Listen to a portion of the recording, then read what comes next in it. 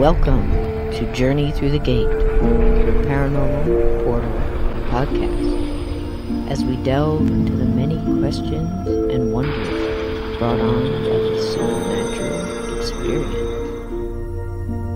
What's on the other side of the gate?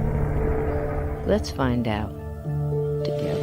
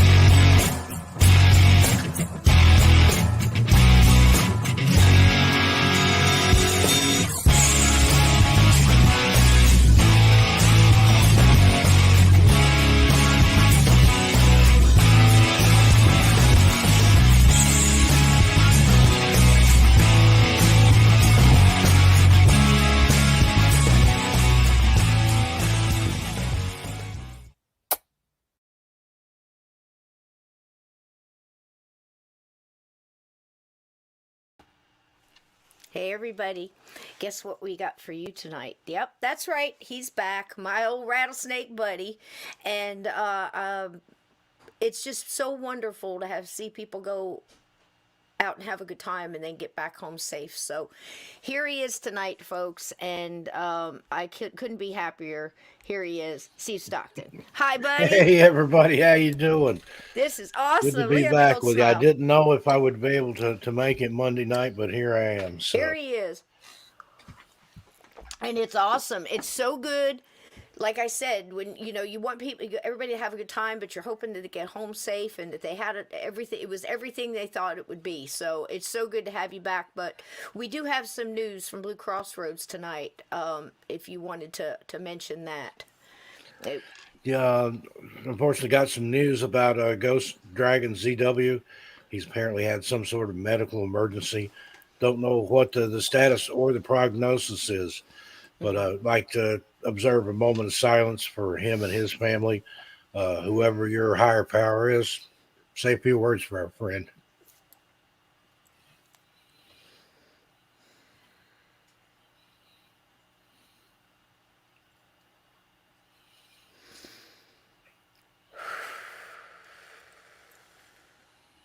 There you go. Right. Don't know the man other than seeing him here in the chat, but he's a good friend to all our channels, and hopefully we're praying that he'll be all right, and hopefully things will come out for him.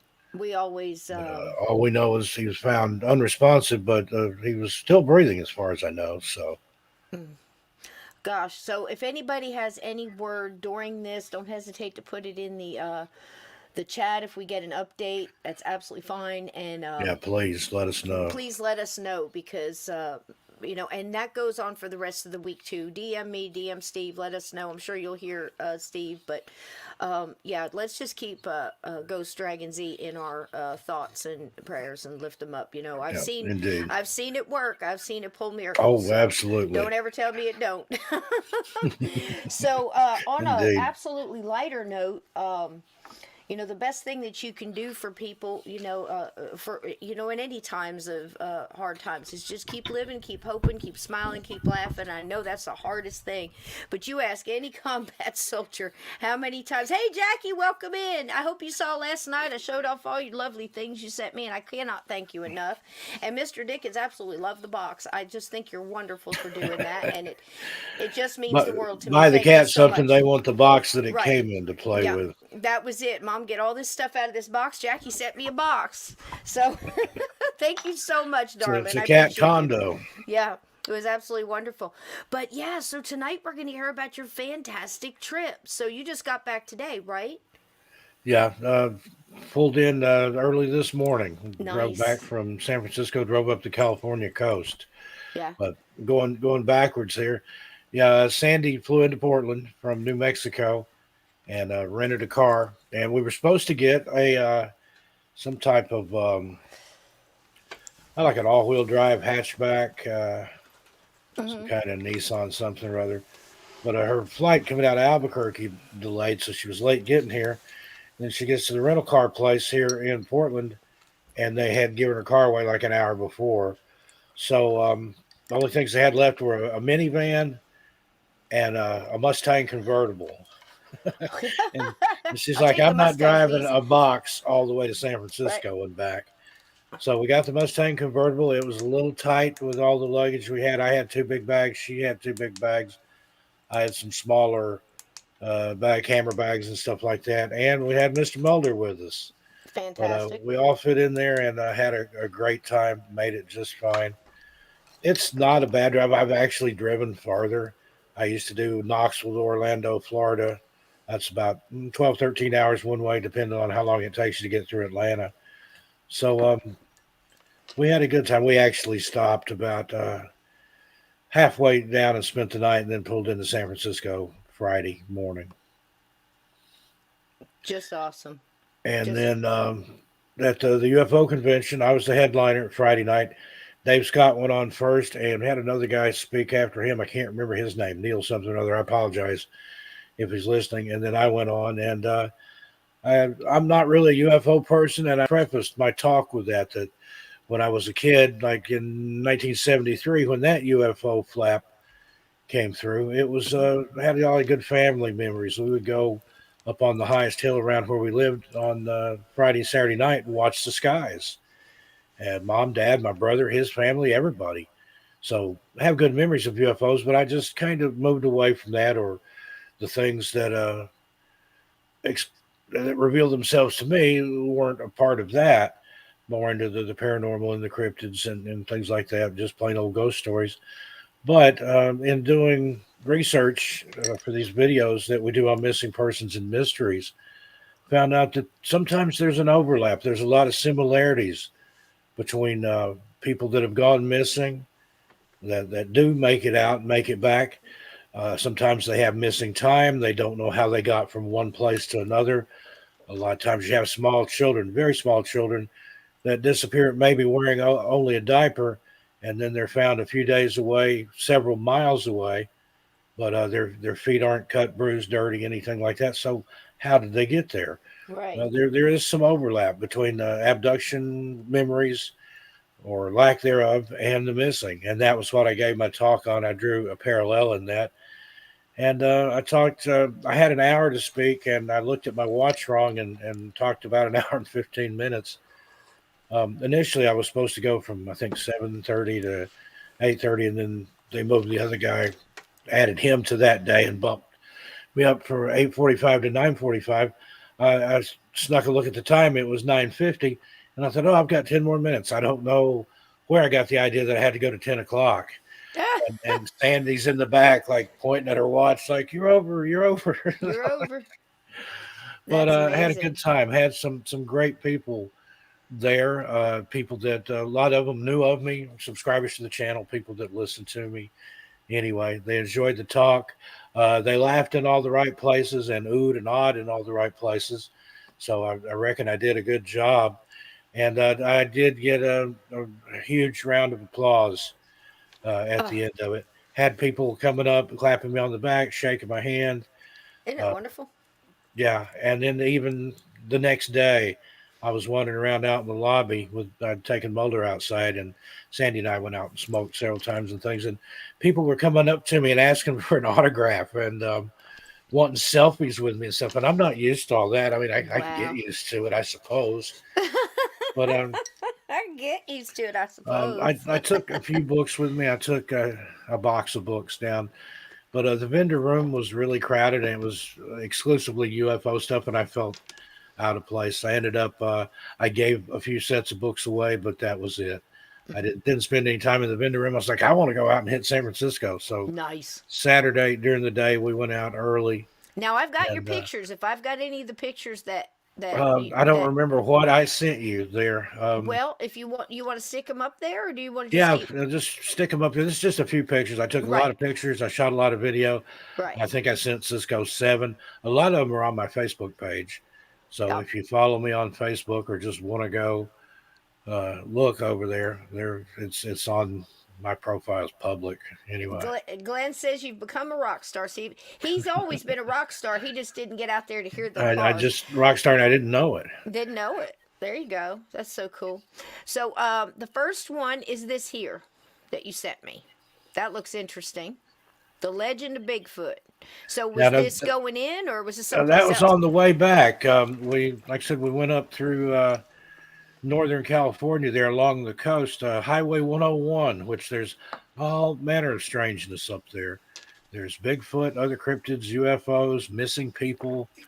And there you had the legend of Bigfoot. It was a little roadside um, souvenir stand. They had all kinds of stuff other than Bigfoot there. They had, as you can see, there's some carved bears and stuff there. Mm-hmm. Mm-hmm. And they had this one bench that was made out of a log split in half and then had a carved bear on either side holding the bench up. Oh, cute. And it was right by where we parked. And Sandy had ran back into the gift shop to get something. She came out and she said, I bought this bench. And it had a price tag of $1,200 on it. And I'm like, okay. And she said, how do you think we can strap it to the top of the car? And I'm like, I'm Didn't you thinking say you had a DHL convertible? or UPS, LTL, less than truckload freight. I was trying to come up with all these solutions, and then she starts laughing. Said, "I'm just messing with you." And I was like, "Yeah, we were in a convertible. It was In a a 20, convertible, can we strap it to the hood? That's so funny. 2022 Mustang, totally blacked out. It was Beautiful. the Super Sport Edition or something. I don't know about Mustangs, but it was an automatic, but it had 10 different gears, and it had like a paddle um, for the gear changing and stuff, and had like a sport mode. And I swear, when she put it in sport mode and hit the accelerator, it would throw you in the back seat. Ooh, And what's it got? Sandy, I Has it think got she's Nas related or to something? Richard Petty or Mario Andretti, because Nice. she is a good, fast driver. That Mustang liked to cruise at about between 90 and 100. So, And but Edna says she didn't said get a single ticket, but we made good time. nice. She said she's seen people do worse. I mean, I've always seen that one guy who's got the little sedan and he's got a mattress on top, one little piece of rope, and his arm holding it. It's like Yeah. I don't think Or so, man. sheet of plywood or Mm-hmm. sheetrock. I've seen that before. Mm-hmm. Yep, I have as well. So that looks pretty cool though, and what that reminds me of is old Mr. McGee and his chainsaw wood carving when he's doing Bigfoots and eagles and bears and Yeah. everything out of the chainsaw. I There love was to see people do that. It's there was amazing. another picture I meant to send you, and Okay, it connects to this picture. all right. Let me take Let that me one down send so it we to can get you, a and then bigger shot of yours. we'll come back to this if we need to. Let me somewhere here. Okay, Well, you're it's looking for that. I'm going to say hi to some people I missed. Hey, Lindsay, welcome in, Grey Wolf. And Edna, I love you so much. Uncommon. Maraid, I was talking to you earlier. Hello, welcome in, love. I believe that Cassie and Carol XO are doing a show on true crime over on Cassie's channel. So if you're not going to get to see that now, get over there and see that afterwards, because both of them always share our shows and really help get word out. And Cassie's always sharing. So make sure you go over there and give her a thumbs up and a like too, and a subscribe if you can, if you haven't already. She's trying something new, the true crime, along with her. And she's a wonderful tarot card reader. I just love it when they get together. So I believe I saw that it was on now. If I'm mistaken, forgive me, but check out her channel. It's the oh gosh, what's the name of Cassie's channel? Oracles and Beyond. Sorry, Cassie. It's on the top of my head. Hey, Gray. And Peter, welcome, welcome, welcome. And let's see, AJ, Katie, you got your picture, honey? yeah. I just sent it to you in Oh, you Messenger. sent it to me? I'll see if I can Yeah, I pull hope I it. sent it to you. Yeah, I sent you a picture, and then I sent you a little video clip that we can play later on All right, let's see what I can if do it's here. not a lot Hold of on. trouble. If you can bring that Oh, first picture up, it's a field on the side of the road. hang on one second. I don't know how to do it without losing you. It just told me to leave the page, and I don't want to leave the page, so let's see if I can do it this way. Because remember, my system doesn't let me share. So just go ahead and tell a story. I'll pull this up. Let's see. So Saturday morning we got up and went into San Francisco, and it was lovely. I mean, I had a lot of people warn me, "Oh, well, be careful, it's dangerous out there and stuff." But it was just there was a lot of like old hippies and a lot of younger hipsters. It was just a real nice mix of crowd. A lot of Asian people, of course, especially in Chinatown. I thought I saw Donnie Cho. It was his doppelganger. And Uh-oh. I had to stop myself from running up to him like, Donnie, but it wasn't him. And he even It wasn't dresses him? like Donnie and just had that same kind of countenance. But he's got a twin out there somewhere. But This might just pop up, so I'm not cutting you off. There it is. okay. Go ahead and put that up, and we'll come back into something else. All right. Can you see Oh, it? that's the tree in Leggettville, California. It's called Look a at Chandelier Tree. You can't really see, but there's a hole in the top of that where it's cut out, where the light shines all the way down through it. And it's easier to do with a rental car. that. But that's Sandy driving the Mustang through the hole in the tree. And she had, I think, about maybe an inch and a half on either side at the Whoa. widest point of the car. It's kind of a Batmobile looking thing, and the fenders flare out in the rear. But I held my breath, and she got it through there. And I told her I'd give her $100 if she could do it backwards, flooring it. Oh. But she's like, I could, and I don't doubt it. I don't doubt She's it. one of the best drivers I've ever ridden with. Oh, usually people scare me, but with Sandy's, get in, hang on. Get in. Love Only it. had like inches on each side. He did it. He drove through the tree. Okay, go ahead and cut that. I forgot and left the audio on there. I don't know what What might we be said. there. Let's let it play out. Let's see what's on there. Hold on one Now, second. Let me see if I can get I that sent picture. you another picture just prior to that. I think I can get Yeah, that was up this. in there's some huge trees up there. Yeah, Blue Cross says thread the needle indeed. And there was a guy after us that went through in a minivan. I don't see how he did it. I think he had less clearance than we did. But he squeaked it through there and didn't tear anything off of it that I could tell. But I asked the people in the gift shop there, and said, "Oh yeah, there's people who've gotten stuck in there. We've had to Oh, I bet. get a truck to come and pull them out." Or one guy got stuck, and they let enough air out of his tires so that he could go get unstuck. I'm looking for So where this picture it's wound been there up, so don't since the mind me. 20s. It was right above that tree video. My thing throws it all over the place. Here it comes. Okay, now this was in Oh, wait. right outside a little town called I'm going to have to do it this way because it's a single picture. So hang on one second. I'll figure this mess out. Let's see here. again. This is Overlay.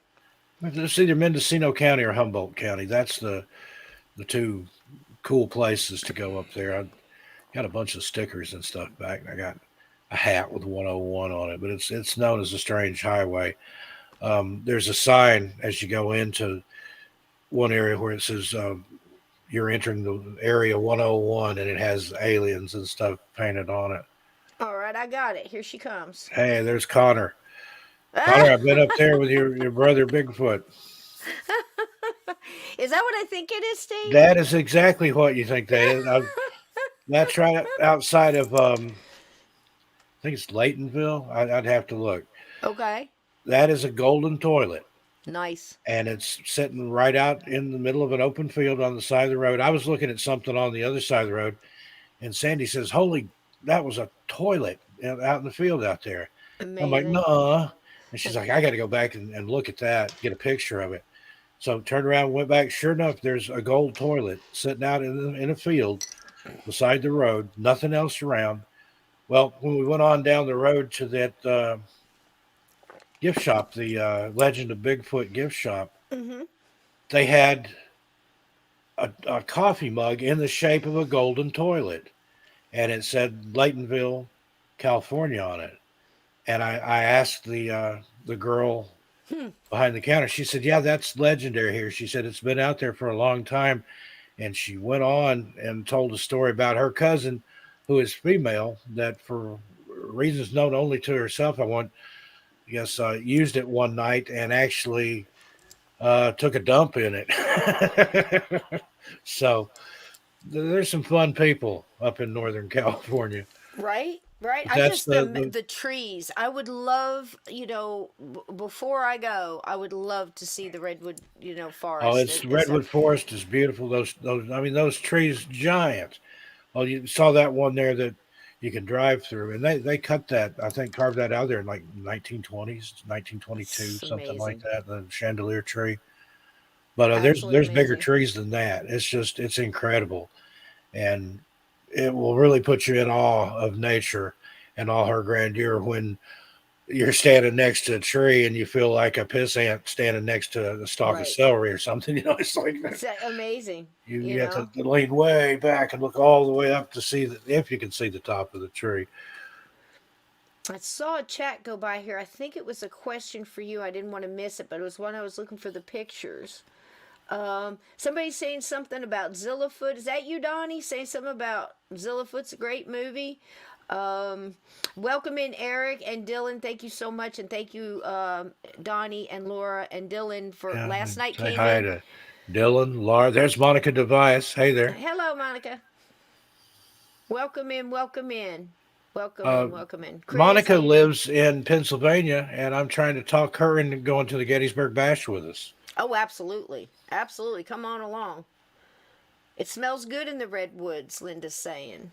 What Oh, it does. It does smelled it? really good up there. Oh man. See, And I just some wood. of I those talk to gift Laura about it shops all the that we time. The went wood. into, Oh, they had stuff that was made out of redwood and ironwood and stuff, and just it was wonderful. That all was at right. Laura the wants to see him. Maybe we got a road trip coming in the plan. And Donnie, you driving? I don't know. I've never seen Donnie drive. We maybe get Sandy to drive.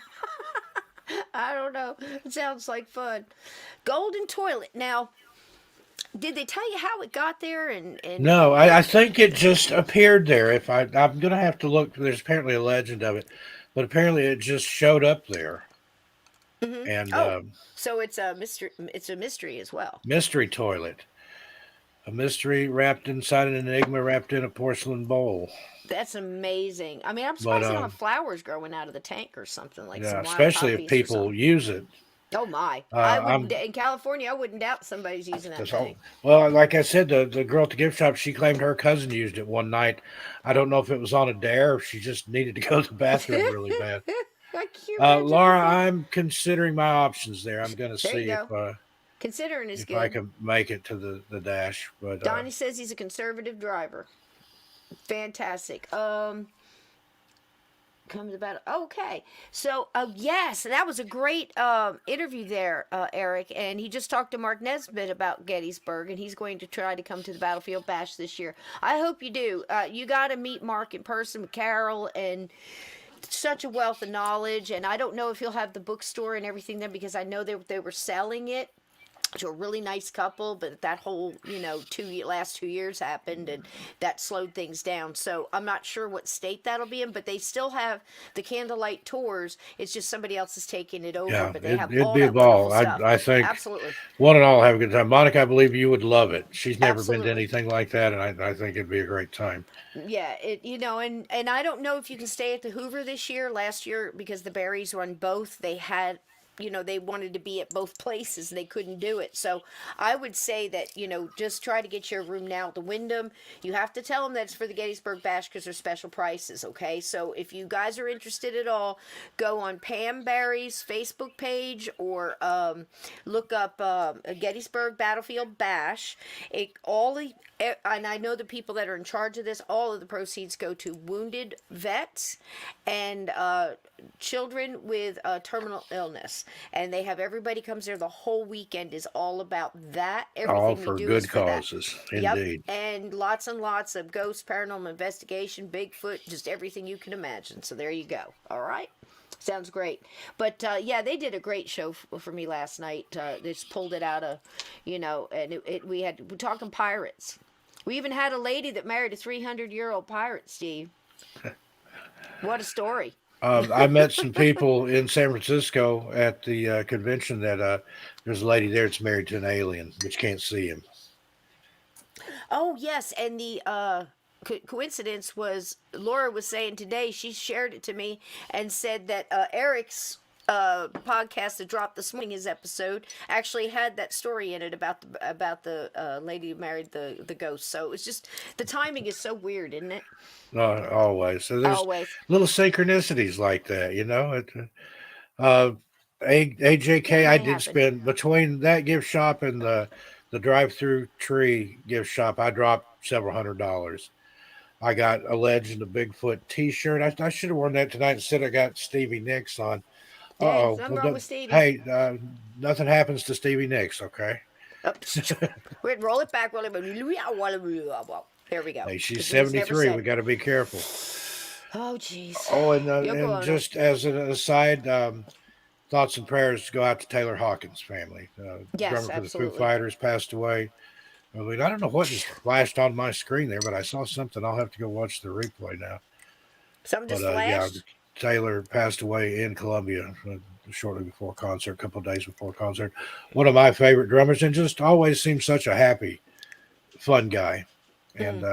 one of those you never heard any scandal about or anything bad. Had a wife and kids, and there You you just go. hate to hear. You just hate to Young hear too, it. relatively young, 50 years old. That's he's been in the Foo Fighters since '97, I think. So Yeah, I mean, Uncommon would be able to answer that. When he first said it, I had a hard time placing the face, and then he started talking about Dave Grohl, and I'm like, okay, yep, I got it. yeah, Because it took me a hard and time. Dave Because, Grohl was a drummer for Nirvana, hmm and in Foo Fighters he plays guitar, and he said it doesn't bother me that I don't play drums. He said I've already got the best drummer in the world, and that was Taylor Hawkins, and he was just an amazing drummer. Donnie, behave. Welcome What's Midnight Donnie Bear. doing? Donnie, we're going to send you to San Francisco, He's Donnie. doing sign language. You said he was there, his doppelganger. He said he used to live there, so maybe that was your long lost son. Yeah. You have any children running around in I San don't know, Francisco, Donnie, Donnie. that you know of? There you go. And Blue is saying, so when she divorced him, did the pirate have to give up his old pirate booty to his new pirate booty? I don't know. We were wondering if he was paying alimony or not. But Steve, we were talking about it, and Laura's probably going, Cisco, shut up. But I'm thinking about it, and I'm going, I can't say it's not possible. I mean, you know how we do, Steve. It's like, I just might not understand it, but doesn't mean it didn't happen. You know what I mean? I mean, Indeed. yeah, I mean, even Donnie brought up that that we've heard plenty of people that have, with aliens and had, all kinds of stuff. So, again, it's Well, never there was a happened to guy me, that I but I mentioned can't in my say. speech, just as an aside, and I can't remember the man's name now, but he claims to have hybrid children. He was Hmm taken aboard a UFO and had his way with several alien women, and hmm over time had a whole brood of hybrid children. Ain't that something? And we can't say that that's not going on either. I think we don't even know, just scratching the surface. I think it's just a No, big world I of think there's wonder out everything there. out there. It's I that do too. big paranormal I mean, UFO ghost all cryptid connected. onion. All Yep, connected, sweetie. I think it's all connected, and I it think it's is. great when we have that synchronicity and things like that happen too. It kind of Yep. shows that we're all connected, and we just kind of, sometimes we poo-poo it and stuff. But I'm gonna There we put go. your. Hey, JK says the toilet is a portal. That It may could be. I be. mean, where it I is can't. there on that Highway 101 and in Mendocino and Humboldt County area, known for all kinds of weirdness. Mm, But mm, mm, mm. we're talking about the girl using, and I've got to tell this story. Oh, please do. Um, the girl using the toilet there Go out in ahead. the middle of the field. Well, we stopped at a gas station in a little town called Willits, California. Not Willis, but Willits. Willits. What you talking about, Willits? Willits. And just up the road there was Arnold. So you had Arnold and Willits there. But Sandy, it was one of these bathrooms that's for whom it may concern, male, female, whatever. You can use the bathroom. She opened the door, and there was I don't know if he was a homeless person or a crazy person or what, but she said he was waffle stomping a turd down the drain in the floor. So she turned around and fled, and let the attendant know that there was something bad going on in the back. That whole little place was strange like that. I That can't little town. imagine, dude. I cannot imagine. You're just like one of the bravest men I know. I will never look at a floor drain the same way again. Nope. Nope. Nope. And Oh, then thank you, I Jackie. got another poo story here. And Go then at a ahead. rest stop in the women's room, for some reason, all the weird stuff was happening to Sandy. Some woman apparently in the ladies' room at a roadside rest stop either couldn't make it to the toilet or all the toilets were full, and there was a surprise in the sink. And Sandy came running out. She's like, "I don't need to go that bad. I'll pee at the next one." So we tore on down the road. But just you travel, you're going to experience stuff like that sometimes. Absolutely. I mean, the strangest, I can't think off the top of my head, the strangest travel bathroom story, I think it was when we were coming back from New Orleans. There was a hurricane coming. We didn't know because we were doing a whirlwind 2 days, meeting some people there. We'll just stop over, and trying to do all the stuff, in New Orleans that you can do. I mean, we were just more in the sightseeing stuff because I had 2 little kids, So we weren't doing like the bar and the hopping and all that kind of stuff. We were going around to see all the sites like Madame Laveau and all that stuff. Yeah. And on the way back, there was a lot of traffic. We were kind of ahead of it, and you look and you could see in the distance the black sky. They had a hurricane coming, and we didn't even know it. But we were ahead of it just a little bit. We just got lucky. We pull over to the rest stop, and we checked the bathrooms, before you let the kids in. My husband went in with them and stuff, come back out. And my oldest, who was about 8 at the time, comes out with a handgun. And it's like, Mom, look what I found. And I'm like, at first you see and you think it's okay. It's a toy gun. Can You're I trying to keep get it? kids in the thing. And I'm like, holy crap, that looks like a freaking. Slowly put that down. Put it down. Back And he away. actually had it, though. I was really quite surprised because he didn't have it by the handle and the trigger. He shouldn't have touched it at all. He should have come and told, but he had it by the barrel and he's holding it like this out this way, and it's a little throwaway Taurus, little tiny little. Oh. It's like things you find in the 25 or bathroom. 38. Yeah. I think I used to have a Taurus. Yep. Yeah, I did too. And you know what? Not too bad guns. I mean, if you're gonna, save a little bit. I had a little. It was a little 5-shot. I kept it on my ankle. It was just really, light, but it did I had it down to where I didn't even take it out. All I had to do is tuck my pinky toe and I could pop. I'm joking. Almost. But isn't that something? So always check the bathrooms. Most of the time you check for feet. Might find something good, or you might find a surprise. But you'll have a story to tell either way. Exactly. You check for feet always. You hit doors. So nobody's in there. It's like, okay, you're good. Go in there. Or if you want to do something funny, take an old pair of boots or shoes that you don't want anymore, and then just leave them in the stall. Right. And if you've got 2 or 3 pair, you can take up every stall, and then you'll have a lot of people waffle stomping stuff down the drain or going in the sink. Unbelievable. Put the gun down. Unbelievable. Scared the heck out of you. Well, here you go. I got the other ones up here. If you want to go with the next one. Let's see what you got here. I'm not sure what order I've got them in. Oh, there he is, the man himself, and Steve. Can you see it? Yeah, I did that on carving. purpose, and I captioned that Bigfoot where, but that's pretty much life-size Bigfoot carving. Somebody put a lot of time and effort. A lot of time and work. That is excellent. Master craftsman up there, and they have some smaller ones too. But yeah, there's a little photo up there. You can get your picture made with it. So I thought I'd like it. I love it. Peeking over my shoulder. That Glenn says, which is which. There's a Bigfoot right behind you. My hair may be a little longer than his. I really got the beard going on. I almost trimmed it before I went to San Francisco, and I thought, nope. I got to be the hillbilly wizard, so I left it like it is. And riding with the top down and stuff, it blew everywhere, so it's unkempt in some of these shots. Same with my hair. But, you were on vacation. It's fine. It's fine. It was but a look at the vacation. Detail and everything. I mean, it's just absolutely amazing. It's got fingernails. Oh, there's the tree. There's another picture of the tree, so you can see how they had it cut out. Look how big that is. Yeah, that's And it looks large, but like you said, you only had a little bit on each side just to get. Yeah, What'd you and say? that's the Sport Mustang is headers or not a real sports? wide car, Mm-mm. but she got it through there with just an inch or so to spare on either side. Mm. That is amazing. The And it's tree's the that big. I've never chandelier seen tree, anything and like that. you can't really see it, but up in the top of the cut there, there's a hole that goes all the way up, and then light comes down. So that's the chandelier part. Oh, neat, neat. And there And she that is, the Edna, Mulder. that's not even the biggest one that I saw. There's trees bigger than that. Mm. There, look out, Mister Yeah. Mulder there giving Sandy the side eye. Yeah, he's giving her the stink eye a little bit. He's got so much character. I mean, his He face. really took up with Sandy though. She went shopping. We'd stopped at one place and she went into Petco and brought him out a goodie bag. So he had Mm. shoes and he got a little car sick on some of the curves because Oh, said she's a race driver. right. So we got him some little calming shoes, and he liked those little doggy dope there, as it were. Doggy dope. He curled up in the floor at my feet and went to sleep till it was time to get out. But My that's at goodness. the Golden Gate Bridge. The second time we came over it.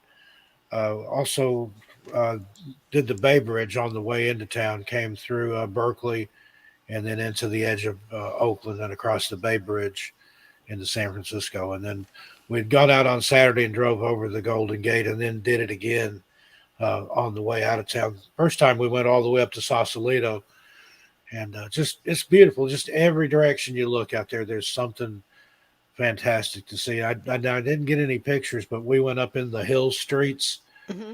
the ones where you drive straight up. Straight up. And then Yeah. across straight, it'll level off, and then you go straight up again. Some of those are like three tiered. I don't know what they do out there when it snows. If you tried to go down one of those hills, you'd be in the bay. I couldn't do it.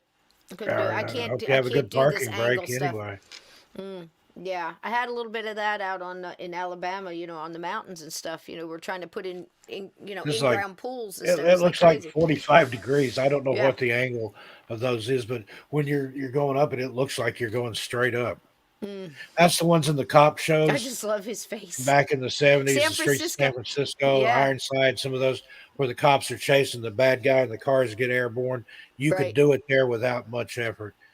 That photo came out a little squished, looks like there, but that's me and Mr. Mulder. Yeah, that was me.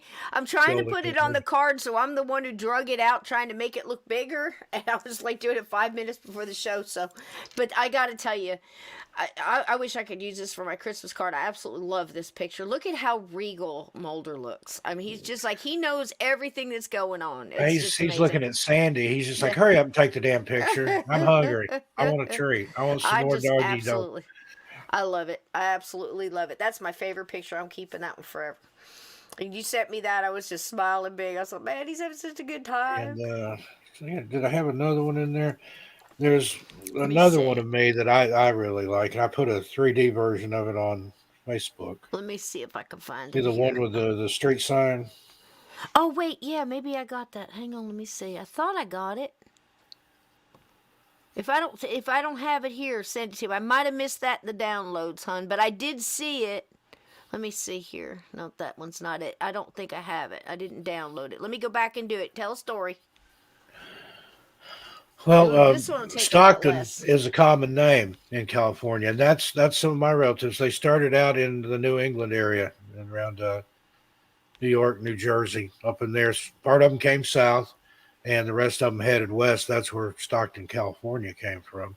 Also, then Stockton, Tennessee, and then you had Frank Stockton, the writer, and some of those that were from the Pennsylvania and New Jersey area. And I can't remember Richard or Ben was a famous politician, signed the Declaration of Independence. So there's Stocktons everywhere. Then we're all related. If you go over into Middle Tennessee on the Cumberland Plateau, where my father's family's from, there's a Stockton Cemetery, Stockton School Road, Stockton this, that, and the other. Well, there's in the town of Stockton, there's a big sign that just says Stockton, and it's There like it is. instead of a welcome to. Well, this shot that's Stockton Street in San Francisco. So I took a sign in front of the Nice. because I'd wanted to go to Stockton, California, and I Mhm. was doing a little Google search, and somebody on Reddit had said, come on to Stockton, California, California's second most dangerous city." And I thought, is that true?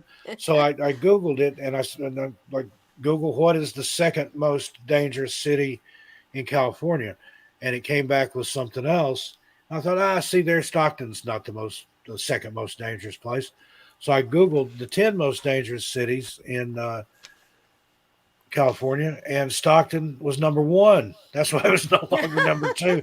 Don't go there. There you go, Stockton. So we got You go that top Stockton. spot. Top spot, And baby. so I decided it probably wouldn't be a good idea to go to Stockton, California, even though we were close to it. I would like to get a picture in front of the sign that has the city name on, like when you first roll into the city. Instead of the archway or the sign over to the side, they've got like a obelisk right in the middle of the street. And then there's also an old ornate building from probably around the turn of the last century. It says Bank of Stockton. I'd like go in there and try to make a withdrawal, see if that'd work. But anyway, so I just settled for taking my picture there on Stockton Street in San Francisco. That's down close to Union Square. We went down there. Sandy wanted to go to Tiffany and Company. She actually had a Tiffany and Company necklace that needed repaired. So she took that in there, and I just kind of wandered around Union Square there. And the biggest Louis Vuitton shop that I've ever seen there. It's a department store that's all Louis Vuitton. It's like 7 stories tall. And they told her in Tiffany and Company that they had been bought out by Louis Vuitton. So. And, here's a good test. I don't want to stop you, but I got to get this before I lose it. AJK said they're talking about how cute Mulder is. They're talking about all the dogs, and everything. Where they take Home Depot, give somebody their own little apron. It's just wonderful. But AJK here said, put your dog and your significant other in the trunk and come back 30 minutes and see who is happy to see you. Yeah, my money's on the dog. Yep. Yep. Absolutely true. What a man! I've never heard that one before. That's pretty cool. But true, Sandy had an actual Louis Vuitton bag, and I carried my books downstairs to sell inside that. And I said that was my Louis Vuitton full of Stockton. I talked about that, and I did a live video from out there. So nice. Yeah, I saw a couple of them. I caught one while I was at work. I was sneaking, but I was so glad to see you put something out, and we're having a good time. I did one coming down the road. I think we weren't quite to San Francisco yet. I don't remember where we were. And we'd gone to we stopped in Mount Shasta, and had a cabin there. And that was a strange place. Actually, we were in McLeod, which is just down the road from Mount Shasta, but you can see Mount Shasta in the background.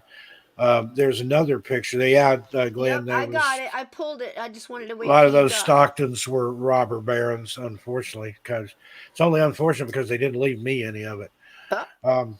Is it this one, Steve?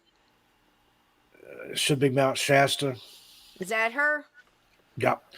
Now, that's the cabins that we stayed at. It was the Shasta View Lodge in McLeod, California, which is just down the road a couple miles. And there's like a little patio out back with chairs and stuff and a barbecue pit. That was the view from the cabin that we stayed at. Just amazing. Looks cold. Saw some lights up there on the mountain. It looked like lightning, but there was no clouds or anything at that time. I don't know what it was. And the city of McLeod, that's one of the strangest places I'd ever. It's like the whole place was deserted. We were the only ones at this lodge that we stayed at. There was, I think, 7 cabins there. Ours was the only one with anybody in it. And the people, the manager, she doesn't even live on site. She just comes when she needs to do something. And there was nobody. We got out and walked around, and we did find a couple places open. Everything closed early. Everything closed by like 7 or 8 o'clock. We got a pizza from Siskiyou Brewing Company, which was in an old barn. And then I got some snacks from the gas station that was open till 10 or 11. But I think a lot of it is during snow season, during ski season. Then everything's more active and more. Would have been packed. Yeah. I met a friend up there that's who knows me from Missing Persons and Mysteries. He lives in McLeod, Modoc Indian named Bravehorn, and he had been telling me things about Shasta in the area. He's very well versed and has lived there for years. He's former military journalist and also served in the Hawaii Air National Guard.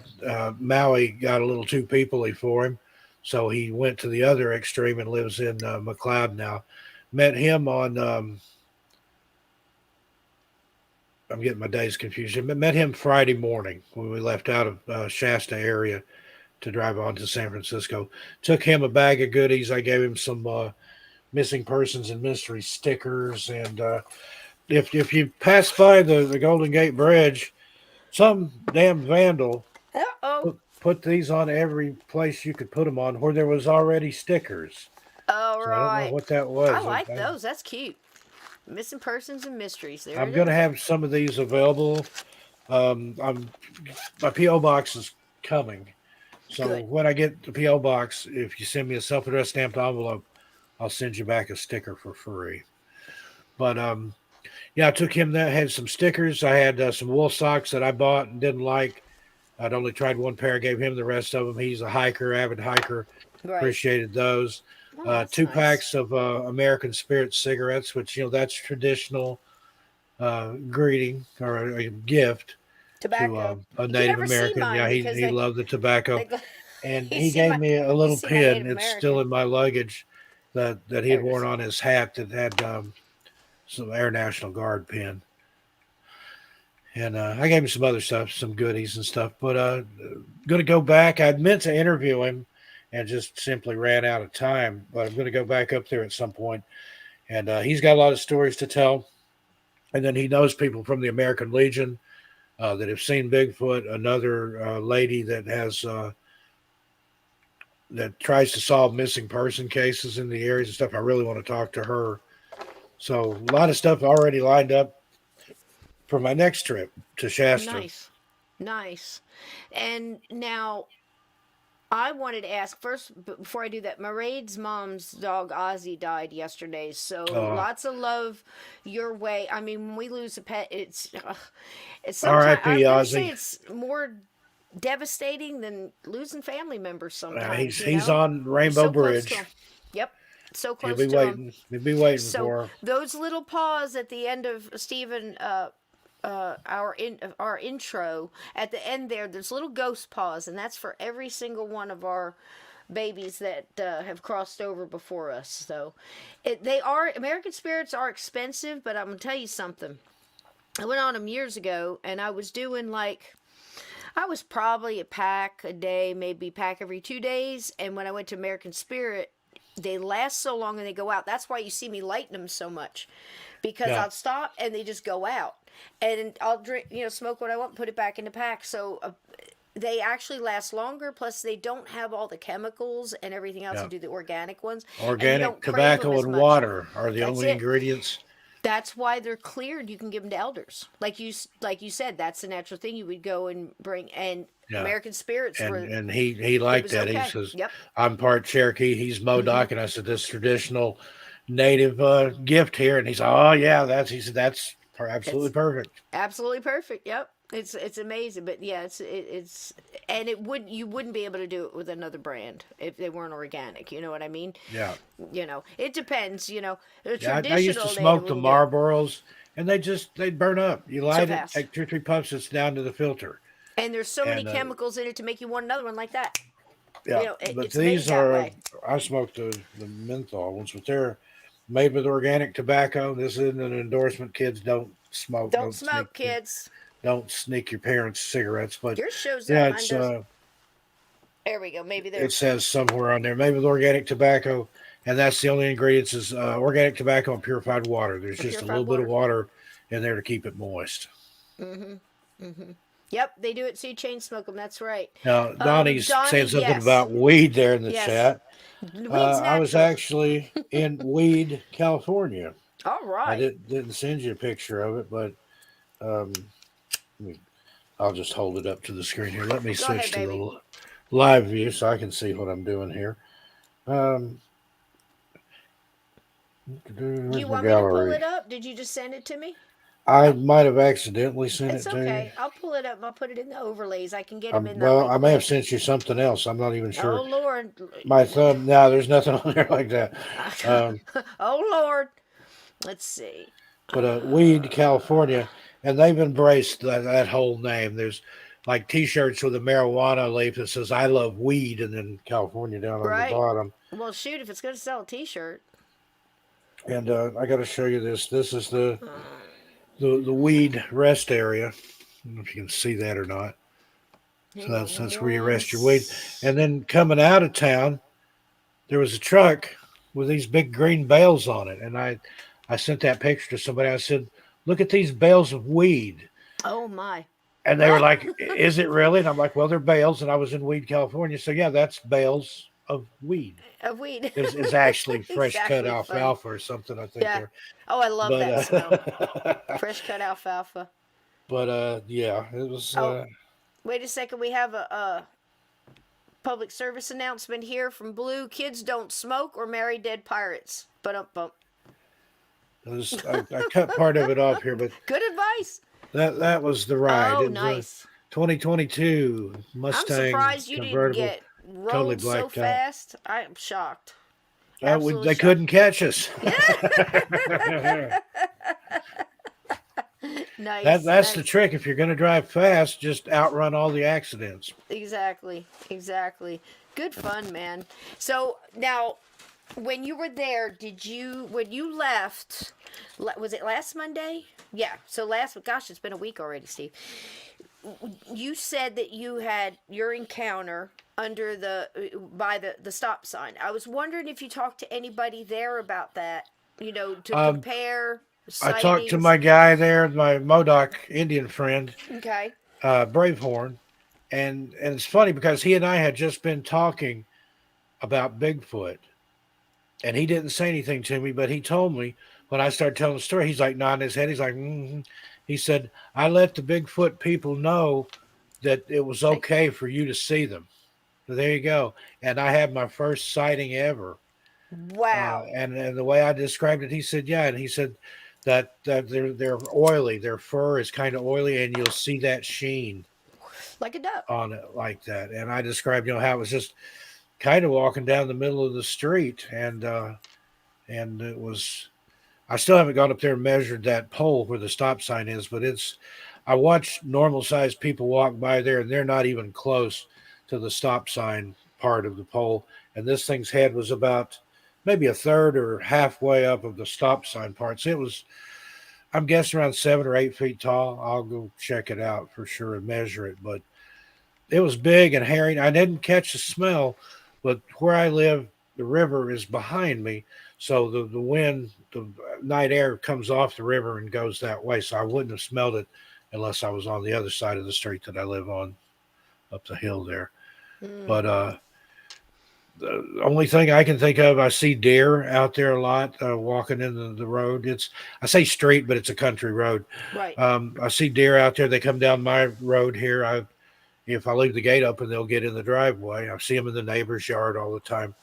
But he said that it was, and agreed with me. I said, it's probably after a deer. And he said, yeah, he's heard stories of Bigfoot eating deer. Mm-hmm. Mm-hmm. And I like the part where he said, I told him it was okay. So that might sound like a crazy statement, but the way I'm hearing it is basically he has a telepathy connection. And if he sent it out, they have a telepathic connection. Yeah. And it's absolutely possible. And it's absolutely like possible. That string theory where they're all connected. Yes. Like the Bigfoot here in St. Helens, Oregon, can hear things from the Bigfoot in that are up on Mount Shasta that he's familiar with. Or, the Bigfoot telegraph or the Bigfoot telephone or the Bigfoot cannon of string, but whatever. We had just been talking about Bigfoot, and then he said that, I told him that you were okay. Nice. So, and all these years, no, I did not take a picture, AJK. I stood there kind of gobsmacked, and I started, because it walked out of my field of vision. It was swinging its arms. It was not it didn't walk. It walked on two legs, but it did not walk like a human. And I started to go up there, and I just barely started, and it's like I got the creepy crawlies, like a shiver went over me, and I heard like I think it was my granny's voice in the back of my head saying, "What you need to do is get in the house," because I was like, I need to go see if I can see that the rest again. What you need to do is go inside. So it was, if it was what this friend of the Bigfoots has told me, it was just a little brief thing just so that I could see, just maybe checking me out. They're doing a little drive by and eyeball me or walk by, and then, yeah, he looks okay. So I didn't want to push it, but yeah, I felt an immediate. I wasn't scared, but it was just kind of a, I don't know, just a very strange feeling. But I was just, yeah, I probably need to go inside and not pursue this thing. I'm glad you listened, boy. We've learned to listen to those intuitions. I can't tell you Yeah. how many times But I've just I've been stopped and. around them before. I've heard the yips and the owls. I've heard the tree knocks. Mhm. I've had rocks thrown out of the woods at me at 2 o'clock in the morning in the Jefferson National Forest in Virginia. The rocks were coming straight out. They weren't like somebody had lobbed them. They were coming in straight lines. I could see them zipping past me. The only way at first that I knew I was getting rocks thrown at me, they were hitting me, but I didn't feel them. I would hear them hit the ground. And then I actually watched one bounce off my leg and fall to the ground. And I thought, I didn't feel that. Mm. And I picked up one of the rocks and it was warm to the touch. And the type of little round river rocks, I was miles and miles away from any river. And they were like zing, zing, zing, zing. And I told that encounter to Bravehorn, and he said that wasn't attack. Said that was a friendly way to let you know there was something up there that you weren't supposed to get into. He said you could have fallen in a hole, you could have ran into a big cat. They were trying to keep you from danger. They weren't To warn threatening you. you. They were warning you of something else, some imminent danger, and just trying to get you to turn around and go the other way. And got a little more insistent. You know, I Because, wonder. if you think about it, Bigfoot, if he wanted to hurt you, he's not going to throw a little Yeah, river rock. He'll pick true. up a Think about boulder it. and Yeah, just and pump your sometimes head it's a with it. warning. Don't go further. Yeah. And And that was finally what I figured out. yeah, Turned around, went the other way, didn't see any more rocks, didn't hear any more. And the yips and the yowls and stuff, they were coming from different directions. It's like they were talking to each to other. each other, Hmm. but where I could hear, not understand, but that I could hear, so that let them know that it's like, oh, here he comes. He's not paying attention. Okay, I'll throw a rock at him till he goes back. Right. And the interesting part there was you said it was warm, and there's something about I've been hearing, and I'm learning a lot picking up all these little old, the old shows, because we've been doing a lot of way back TV because Mhm. I'm introducing them to people. And some of them, and I'm putting together a collection because apporting just blows my mind. And you and I talked Yeah, about this and before. I know where And you're they're going with warm. this, and it is when things at port, person picks them up, they are warm, sometimes even hot to the touch. Isn't that incredible? Yeah, and that makes me think they weren't actually throwing them, but they were moving them Moving them. with Mm-hmm. some sort of telekinesis or some Yes. sort of power like that, like Mm-hmm. an apport. Mm-hmm. And because where they were coming out of the woods, they were just suddenly there. So maybe it was like, I don't know. It was the weirdest experiences I've ever had, but that was the closest I'd ever had to an actual sighting, was hearing them and getting pelted by rocks. Mm-hmm. But whatever this was, it was big. And I watched a guy that lives on the other side of the road there, tall. He's probably 6'2", something like that. I stood in the same place. And I was just watching people go by there. Had to wait a while. I turned my chair around. I was sitting up there smoking because not a lot of people walk. But this guy comes down the street, turns the corner, walks right under the same stop sign. And he was a good 12 inches lower than where the stop sign was. So, like I said, this thing had to be over 7 feet tall. Mm. Mm. That's incredible. And yeah, I'm going to look more into the apporting thing. But, again, when you hear a show from 76, 78, Right. and you've got a couple in, County Cork, All right. And they have this experience and they say, we picked up the apples. They were hot. Every single one Uh, of them was hot, And then you've got another one from like the 90s or something, and another older couple that don't even want to tell the story. They're sorry it ever happened to them. They don't want the cameras there, but they're telling it because they want to understand what happened, but they're reluctant. You can tell they're not looking for attention or anything like that. And they're saying the same thing about a different thing that got moved or levitation. I'm uh, not hearing it that like somebody says if the chair levitated or if a plates were levitating around the kitchen or something that they were hot. That seems to be different. But the apporting and the stuff that the Bigfoot are doing, the stuff seems to be hot. So, I mean, there's something there. What is it? Another layer to the onion, yeah. I'll I'd like have to. to find it for you. There's a guy in Great Britain that's got a whole website dedicated to apports and apporting, Oh, please and send it.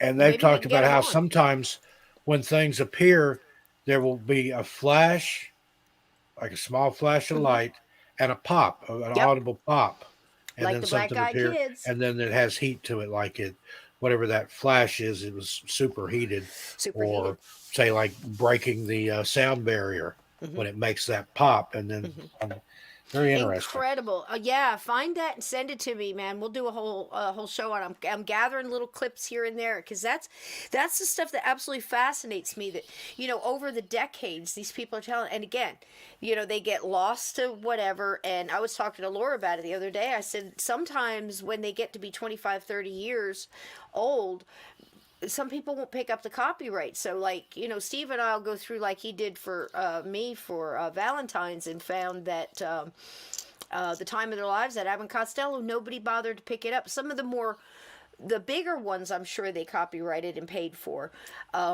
Or sometimes they'll do a collection like the greatest hits or all of the UFO episodes, and then they'll get recopyrighted for that distribution. Hmm. But these nobody even cared enough to pick them up. So and we learned so much from them. I just think it's amazing.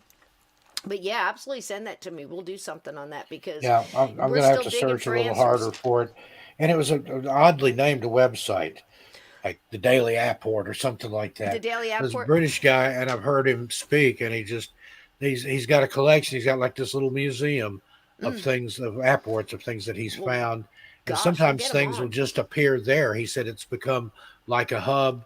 He'll have something in a glass case or a little acrylic box that may disappear, and something else will show up in its place when there's been Whoa. nobody around. Isn't that amazing? That's amazing. And And that Donnie says here, I think the heat comes from the vibration of molecules. It very well Yeah, could. I believe It very well could. could I very mean, well be. that makes complete sense, and like you and I've talked about too, so many different cases of when the black eyed kids show up, they'll hear a loud pop or see a Hmm. flash. If anybody ever sees them appear, most And of the time they're at sometimes the the door. mechanical noises. Yes. When I had my missing time when I was riding bikes with my friend, I heard like a clicking or a clanking noise up in the woods, Yes. and then had Yes. the 3 hours of missing time immediately there afterwards. Yes. I've heard other people hearing tones, Hmm. either just like a pure tone, or I talked to one person that had a UFO encounter, and they heard what they were describing as touch tones in a time when that area of and I talked about this on my website. We heard something one night that flew over, and it sounded like touch tones, beep boop beep boop beep boop. But this was at a time when the community, rural part of Tennessee that we lived in there, we were still on the old dial-up Dial. phone, Yeah. the regular dial, the POTS they call it, the POTS, the plain old telephone system with a crossbar and a switch at the central office. There was no touch tones in use where we lived at that time yet. Something, an oddly shaped and colored light, Hmm. flew over the house and was emitting a series of touch tones. Incredible. That's one of those times you wish you could record that, because those touch tones, each one represents a number. Because you Hmm. have the tone this way and the tone that way, and then the button when you press it, that's two tones together to make that one tone. And I would love to know, because you can decipher those touch tones and see what Yeah. they are. Yeah, it's almost like in Close Encounters of the Third Kind where they did the boop boop boop boop boop, Yeah. kind of like that. But I know exactly what you're talking about because I remember the way the dial tone was, and there's things where you can even at certain times when that came out, people were coming out with things where they could just put tones in and make phones do long distance for free and stuff. Remember Yeah, when this people were messing with that? 2600 kilohertz, I think it is. Mm-hmm. There was a whistle that they gave away in Captain Crunch cereal, but unbeknownst to them, it made a perfect, pitch perfect 2600 kilohertz kilocycle tone, whatever it is. Oh wow. And that was, you could blow that into a phone, and it allowed you to have like an operator console. You could seize the trunk of the phone and then dial. Yeah, phone freaking. Ian knows what we're talking about there. Mm. And then people learned to build. There was different, all these different colored boxes. There was a blue box, a black box, a pink box, a red box, and each one did different things. I used to have one. I can't remember what color it was. All it was a little digital recorder from Radio Shack, or it was a phone dialer. Now this is old school, but like back when you went to a payphone, sometimes they would lock you out of the keypad. Like if you dialed your number and dialed in and said, please press one or whatever, the keypad's locked, you couldn't press it. So they had a little pocket dialer that would generate tones. Well, people hacked those to where they would do tones they weren't supposed to do that would give them access to other things. And also, there was a time when the payphones, if when you put coins in, it would make a certain tone based on a quarter, dime, or nickel. Well, some guy figured out with a little micro cassette recorder that you could record those tones, play it into the receiver, and the phone would think every time it heard that tone that you'd put a quarter in. So you could play the tone 4 times. You'd think you put $1 in, you could make a free call. And I usually remember those days. this was Woo. kids figuring Yep. this stuff out. Radio the very Shack, man. earliest of the hackers. In fact, before they started building Apple computers, I think it was not Jobs, but the other one, not Steve Jobs, but can't remember the other guy that helped find Apple. He was building blue boxes when he was in college and selling them to people so they could make untraceable calls. Yeah. That's crazy, man. That's crazy. But yeah, there's something to all that breaking the sound barrier stuff, because I can remember when I was a kid hearing about that. That was a big thing in the 60s and everything. When I can't remember when who was the pilot that did that? Was it Yates? What was his name? That Yeager, was it Chuck Yeager? There it is. No. Yeah, Chuck Yeager broke the sound And barrier. the first time they heard the boom out there, there Yeah. was a cafe where those test pilots would gather, and the ones that had perished, they had their picture up on the wall, and they're in the cafe. They hear this big boom, the place shakes, and the lady saying, "Well, there's another picture going up on the wall," but it wasn't that he had crashed, but he had indeed broken the sound barrier, Incredible. which is what they were trying to do. And I remember when I was a kid that occasionally you would hear those sonic booms until they outlawed doing it over populated areas. And if you look up a still picture of it, you can see there's a ring around the plane of I'm not sure what it is. If it's moisture, if it's just you're actually seeing the sound waves, but you can see when a plane breaks the sound barrier, like a donut shape that it leaves behind in its wake. That's wow. Yeah, there's so much to this that we don't understand, but we're getting little snippets. So again, Steve's wrote the books, and we're doing the things that we do so we can leave them, to you guys. The next generations coming up, the next generations coming up are going to find their own things too. But if we leave these little snippets, like the people did that I'm pulling up from 40 years ago, and gosh, longer than that on some of them, but like look at Harry Price. He left so much behind. It's like, here's what to do, here's what not to do, and you think about Harry, don't discount the stuff that he was doing to show how you could fool people. Look at the stuff he came up with, where he was like one of the earliest people on explaining what a poltergeist was. And now people come out, now here in, 2020, 2022, and are saying the same things. I'm like, Harry Price said that in 38, Yeah. He said that in 38, that a poltergeist was more than likely, he said it was repressed sexual energy, is how he put it. That's verbatim how he put it. I think, wasn't it Tesla or somebody that looked into orgone energy, which was sexual energy that captured, and there was somebody that went into it, and he would gather it by having women in skirts sit around an orgone accumulator and then open their skirts toward this thing that sat in the middle. And he claimed he could capture that energy and use it to power things. Sounds like a good way to look up women's skirts to me, but Hold on now, what? That's amazing. That's amazing. He could, well, there's a lady selling her farts in a jar and making quite a bit of money on it. So there I you mean, I don't go. discount anything. I don't discount anything. And I know I know you And very well. And after an hour on here, usually have to take and out Mulder. I So wasn't selling them, but I was farting in jars when I was a kid. didn't you get your I dad with one of those once? Yeah, I sure did. My mom would save jars and do things with them. And Mm-hmm. one day she has Supreme mayonnaise jar, and I'm like, "Can I have that?" And she's like, "Yeah," because I had like this little natural history kick, and I would Mm-hmm. catch bugs and beetles and things and keep Oh, them in sure. jars. I had a little mini museum out in a shed that my dad had. Yeah, Glenn Dennison, Wilhelm Reich. He was the guy that was studying orgone energy. Look him up; he's interesting. So anyway, Put she gave that me up. this mayonnaise jar, and it was all scientific questioning. I wondered if you could freeze a fart, and and Interesting. if you froze it, would it be visible? Figured, well, it's air, it's moisture, maybe.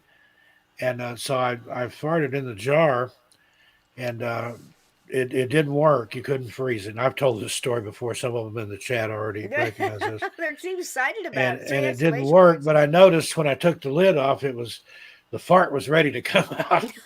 So I thought, You got a So little something. I worked up another one and got it in there, got the lid on real quick, and I took it to my dad. And I had the lid on there just enough to keep it in containment. And I was like, no, 8 years old. Daddy, can you open this? So he thought it was Oh no. stuck. Oh, that's So he gets it funny. right up here and gives it a big yank, and of course it came right off. And he got this look on his face, just like, and then he shoved the jar in the lid at me. He said, "Get out of here." And then he came back in Oh my. to the house, and he said, there's something wrong with anybody who would fart in a jar and save it. And then my mom wheels around and looked at me and said, "Is that what that mayonnaise jar is in the freezer? So you get that out of here." It's all in the name of science. I was just a misunderstood pioneer in Absolutely. intestinal gas. Exactly. That's too funny. I can imagine he probably went outside to laugh and thought it was hysterical, but didn't want to do it in front of you. That's funny. Yeah, he Yeah. told that story for Oh, I bet years. he did. I bet How he I wore it out. farted in a jar and Yep. handed it to him, and he was fool enough to pull the lid off of it. That's too funny, man. It's too funny. But yeah, I need to take just a short break, You and sure then go ahead. I'll be back with you. Luckily, I've got a video. Now, I don't know what you guys want to see, but I've got a wonderful one. Can you still hear, Steve? You'll still be able to hear, right? Yeah, I'll still be able to hear. Good, because you got to hear this story. It's amazing. So this is one that I wasn't sure what Steve wanted to do tonight. I wanted to hear all about his trip and everything, but I also wanted to have something just in case he couldn't make it, because I know he was going to be real tired. So there was a couple that one's a burning privateer ghost ship. Privateer, not pirate. I think it's the same thing. They're just paid pirates, basically. And it's like they were okay as long as they were robbing the foe of whoever was paying them. So that got a little sticky there. But so I've got one of those. It's the Burning Ghost Ship. And I have one that I think you're going to love if I can find out which one I've got here, because I've got so many squares. But I can randomly pick out of these two and we can see what we see. But I've got another one I really want to show you. It's called the Alchemist. And I don't know if you guys have heard of it. It's a famous Australian haunted ship, and it's on this great show, The Extraordinary, and I absolutely love the guy that tells the story in this, and we all love Mr. Moss. So let's see if this one is it. If it's not, I'll take it down. Let's see.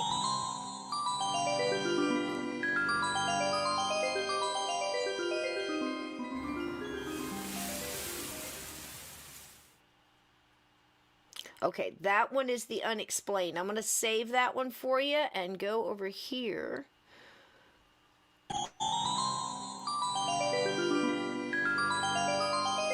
I hope this was it. Yes. You guys are going to love this. Good evening. I'm Warwick Moss. The West Australian coast is a graveyard for ships. For 3.5 centuries, the craggy rocks have claimed more than their fair share of men and boats. British, French, American, and ships flying a dozen other flags lie in Davy Jones's locker, drawn to their end by a lee shore with few points of shelter. One of the international fleet that visited Australia's west coast and never left was the Alkimos, a dark, brooding hulk that some say is a ghost ship.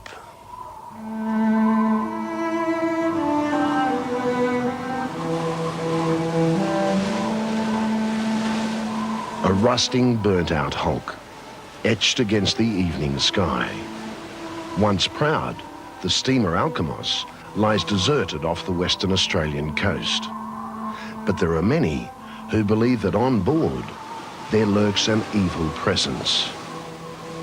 They say the Alkimos is a ghost ship, a haunted ship that has brought nothing but terror and tragedy to those who've dared venture onto it. I have always described it as being an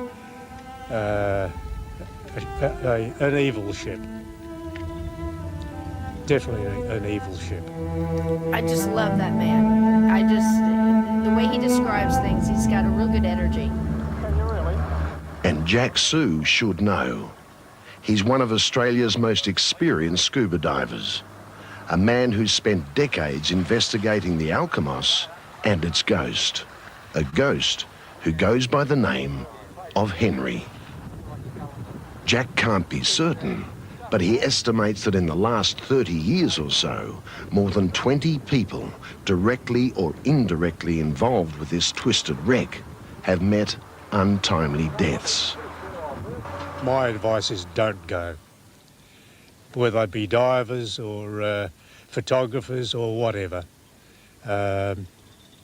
It's not really worth the risk.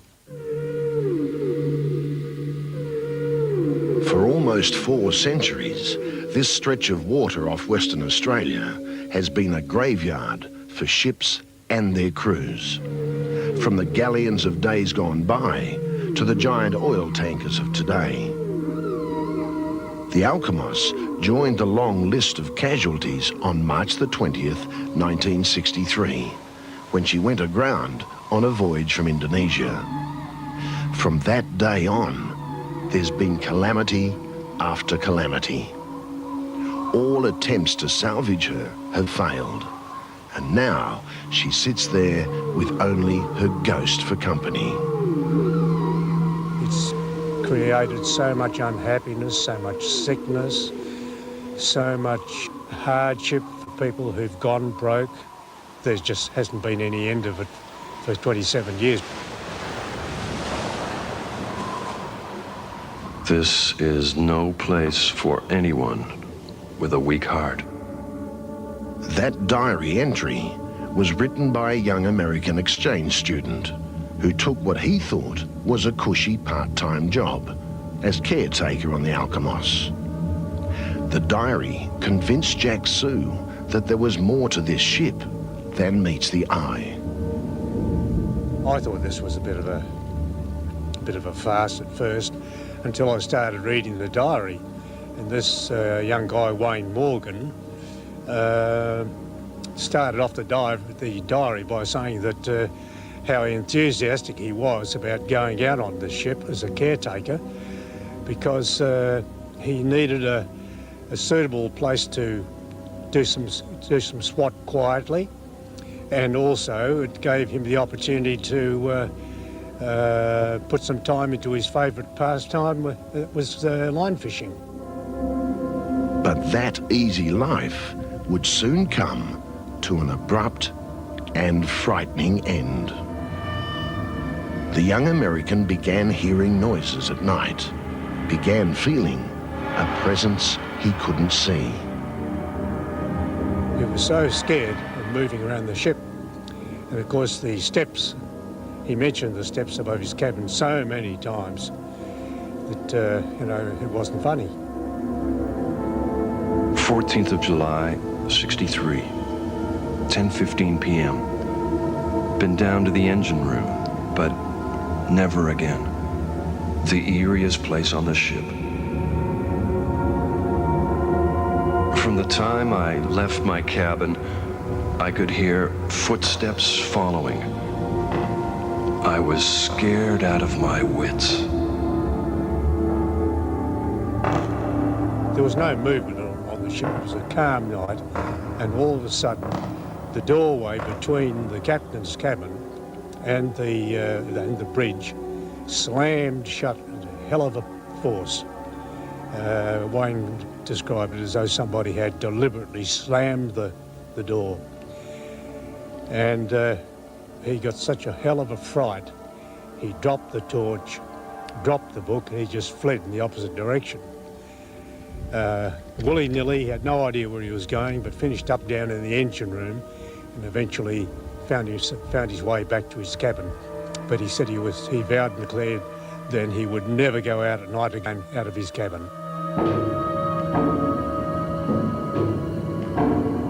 The noises went on and on. The young American became more and more frantic. Finally, he could take no more.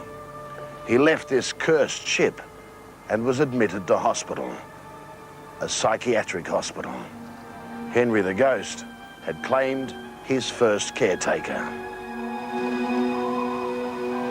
After studying the diary, Jack Sue knew he had to see and hear what was going on for himself. He joined up with sound recordist Graham Greenwood, and one night, against their better judgment, they tried to record the noises that had driven the American to the brink of madness. When we eliminated things like the sea and noises like that, there were almost yells and screams. And that particular night, the sea was like a mill pond, so it wasn't the sea. I wasn't a superstitious man, but when I heard the tape the next day, I was very, very glad to get off that Alkimos. I just don't want to go back on it again. Graham Greenwood's fears of the Alkimos linger to this day. Fears that are shared by his mate, Jack Sue. While I was lying there, I suddenly heard somebody, a sort of a moan coming from the bunk behind me. A sound like somebody rolling over in their sleep, sort of, I pricked my ears up. I thought I must have been hearing things. So I listened again, and sure enough, it came a second time. And I can tell you I wasted no time getting out of that cabin because I wasn't imagining things.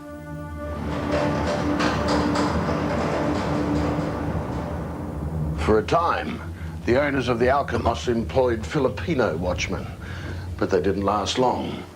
Again, the footsteps echoed through the night. Doors opened and closed of their own accord. Tools and equipment simply disappeared. After that, there was a young married couple who took up the challenge. She was pregnant, and heartbreaking tragedy was just around the corner. Perhaps it was Henry. Perhaps it was just a coincidence. But one night during a gale, the woman suffered a bad fall on board. The beginning of yet another disastrous episode on the Alkimos. For hours, she lay there injured, in agony, with the baby due at any moment.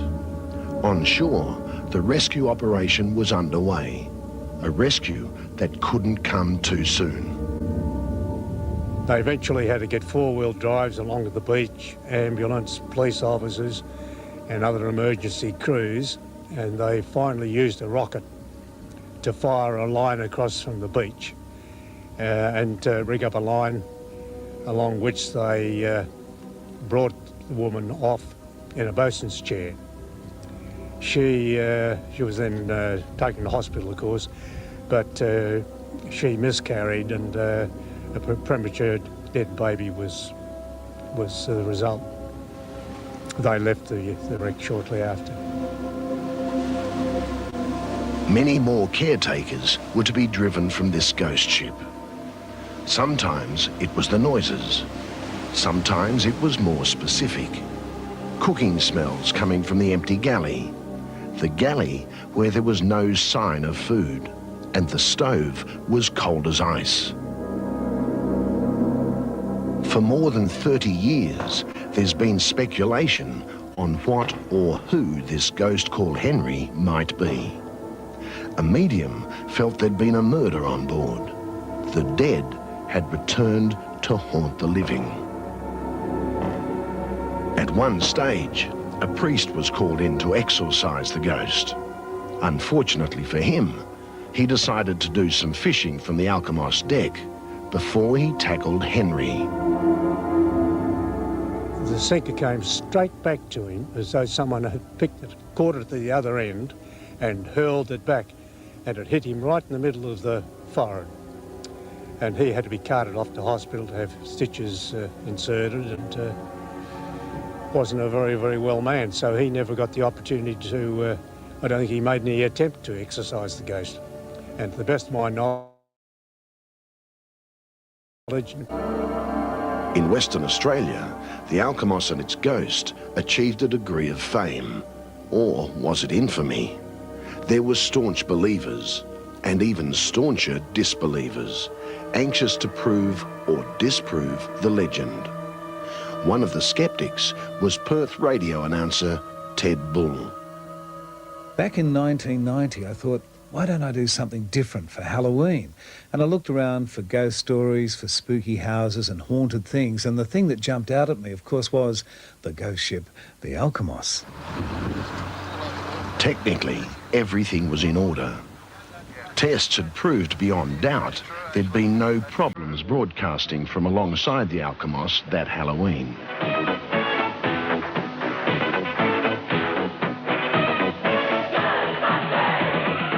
Maybe Ted Bull's jokey theme music was tempting fate, tempting Henry. But as you'll hear from an actual tape of the show, things started to go wrong. Things the technicians back on shore could not explain. I think it's amazing. Several times when we've mentioned Henry this morning, we've been cut off. And then when we actually swung around the boat, I thought, oh, we might lose a program because of technical reasons. It was explained to me, no, that couldn't happen. And it did. As we went around the Alkimos. And it wasn't like we'd go off and stay off. It was intermittent. It would go off and then come back on. And as I said, every time we mentioned Henry that would happen. It's almost 4 years since that abandoned broadcast. And now the Alkimos is disintegrating and deserted. We've all seen that the ship is just about ready to collapse. I think it'll be lucky to see another winter out. It's all perforated right along the waterline now, and once that goes, the rest of it will just drop. And for those who've survived the Alkimos and the ghostly watchman who walks her decks, that day cannot come quickly enough. The sooner the battered steamer goes to her watery grave, the better.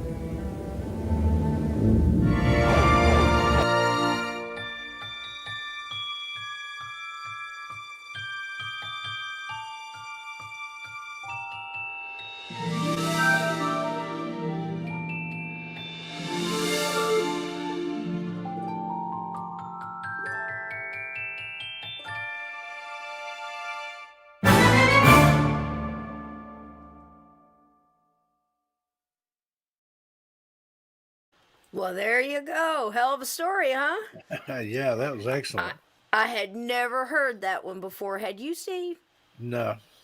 Has anybody out in that area? I don't know if we have any listeners near Australia or been to Australia. Have you guys ever heard this story? I'm sure it's gone now.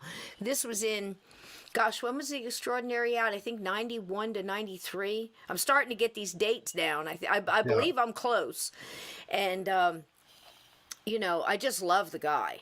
What was his name? His name, David. I can't remember, but he was just delightful. I believed every word he said. He looked like a no nonsense. He was one of the top divers in Australia. Now that's saying something, right? I mean, with all their beautiful coral reefs, all that, what I've heard about it anyway. Gosh, I've never been there, but this guy sounded like he knew what he was doing, Steve.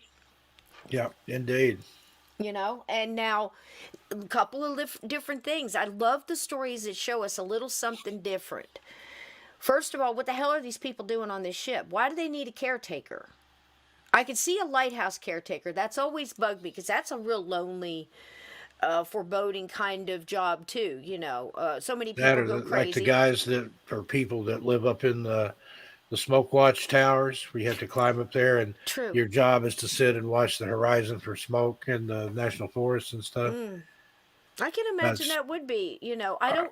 I'd like it, but Yeah, I think the woods would have a whole different feel. There's something about the water. I don't know what it is. It's constantly moving, and the ebb and flow, that rhythm, that cadence, the vibration. Yeah. I don't know, but we were talking last night of how creeped out we were just to find out that most of the pirates, and didn't even know how to swim. Yeah. And to be out there and you're just looking around you, if that thing goes out from under you, that's it. You're in the soup, and that just freaks me out. I mean, a couple of people here, I think, Peter, you said it too, that just dark water just. The dark water is disturbing to me, like that very deep water. Mm-hmm. You don't know what's under there. If I can't see the bottom, I'm not going in it. That's what, if you want to know what scares Cisco, that's it. That and crickets. One day I'll tell you the cricket story. I hate crickets. I woke up. Crickets don't bother me, but those damn camel crickets, they don't have any sense. They will jump at you instead of away from you. Oh, horrible. Just looks like a cross between a spider and a cricket. I hate them all. I don't separate. They're all nasty, but the ones that really got me were those. They're kind of a khaki brown. Sometimes they're green in different places. I don't know. Being in different states, I'm amazed at how different things are, even squirrels, but that's one thing I've learned, that, you go different places that they look a little different. But these are more like a khaki beige. They're big. They're grasshoppers is what they are. But their legs have these burrs on them. So if they jump on anything, they'll stick to you. And they look right at you. They're almost the size of a praying mantis. And some of them spit a brown liquid too. It looks like tobacco spit or something. Oh, God, yes. So the story of that is, horror comes in different shapes and sizes. It really does. It's a personal thing. It's a personal thing, right? Your horrors, the things that get to you. It's amazing if you think about it. But I was like 2, I think, and it was Easter, and I was wearing a lot of crinoline and a lot of tulle. For everybody out there that knows what I'm talking about that tulle, it doesn't matter what you're going up against, is sticking to you. It's like one side of Velcro. And it was all white. I can remember the little white shoes. I can remember the little white socks and the little lace fringe around them, because I was looking at my feet. I'm walking through high grass. And my pop, my granddaddy, he hadn't been out there with his push mower. You remember the old circular rotating blade mowers, the power, it ran on the power of you, that kind. He was always out there pushing one of those, or a sickle. That's how high some of this grass was. Well, I guess I toddled off a little bit too far in the grass. You know what's coming? Easter. And again, I know it was Easter because I had jelly beans in my hand, so that's what it must have been. And I'm eating jelly beans and trying not to eat the ones I don't like. And all of a sudden, I look down, and I am absolutely covered in these grasshoppers. And they're on my hand, and they're panicking. I'm screaming, fall down on my butt. Now I can't see. I'm even deeper in the grass. I remember this like it was yesterday, almost flashes of it. And I can remember all the big people coming at me and trying to pull this stuff off, and everybody's screaming. Everybody was always screaming around me. And that brown, nasty stuff was everywhere. And I remember looking at my hands to eat another jelly bean to calm down through my tears, my poor little Easter tears. And there was brown grasshopper goo all over my jelly beans. Oh God, horror, the horror. You know what I used to do, and this is going to sound terrible, and don't hate on me because I was just a kid, but I didn't like them either. And you know what? Those big garden spiders, the big black and green ones Oh gosh, yeah. that do the thing in the web that looks like a little crisscrossy thing. Yeah. Some people call them a writing spider because it almost looks like writing in They're there. like they're writing. But it's yeah. those big giant webs, and the spiders are huge. Well, I would go out, and if a grasshopper jumped on me, there was a garden spider around the corner of the shed there that always had a big web. I would take the grasshopper and go fling him into the web and then watch the spider gleefully spin it into a cocoon and bite it and then wrap it up and save it for later. Big juicy grasshopper. Like, hey, there you go, grasshopper. That's what you get for jumping on me. Yep. You're spider food now. Boys will be boys. You know, I can't say I have in my time gone way out of my way to take a bug out of my house and put it outside. And then there's other ones I don't even think about. It's like gone. Spiders Especially I since coexist with. I've got cobwebs up in the corners here. I like my little house spiders. But anything venomous, it gets a barrel at sea if it's lucky. There you go. Like I said, I tolerate the spiders unless they get on me or in my bed. And then it's out the door you go. Oh my goodness. Oh my goodness. Yeah, well, no, Glenn, yeah, I probably tried to eat the jelly beans anyway. I don't remember. It was all blur after that. I just remember them pulling the dress. I got crinoline and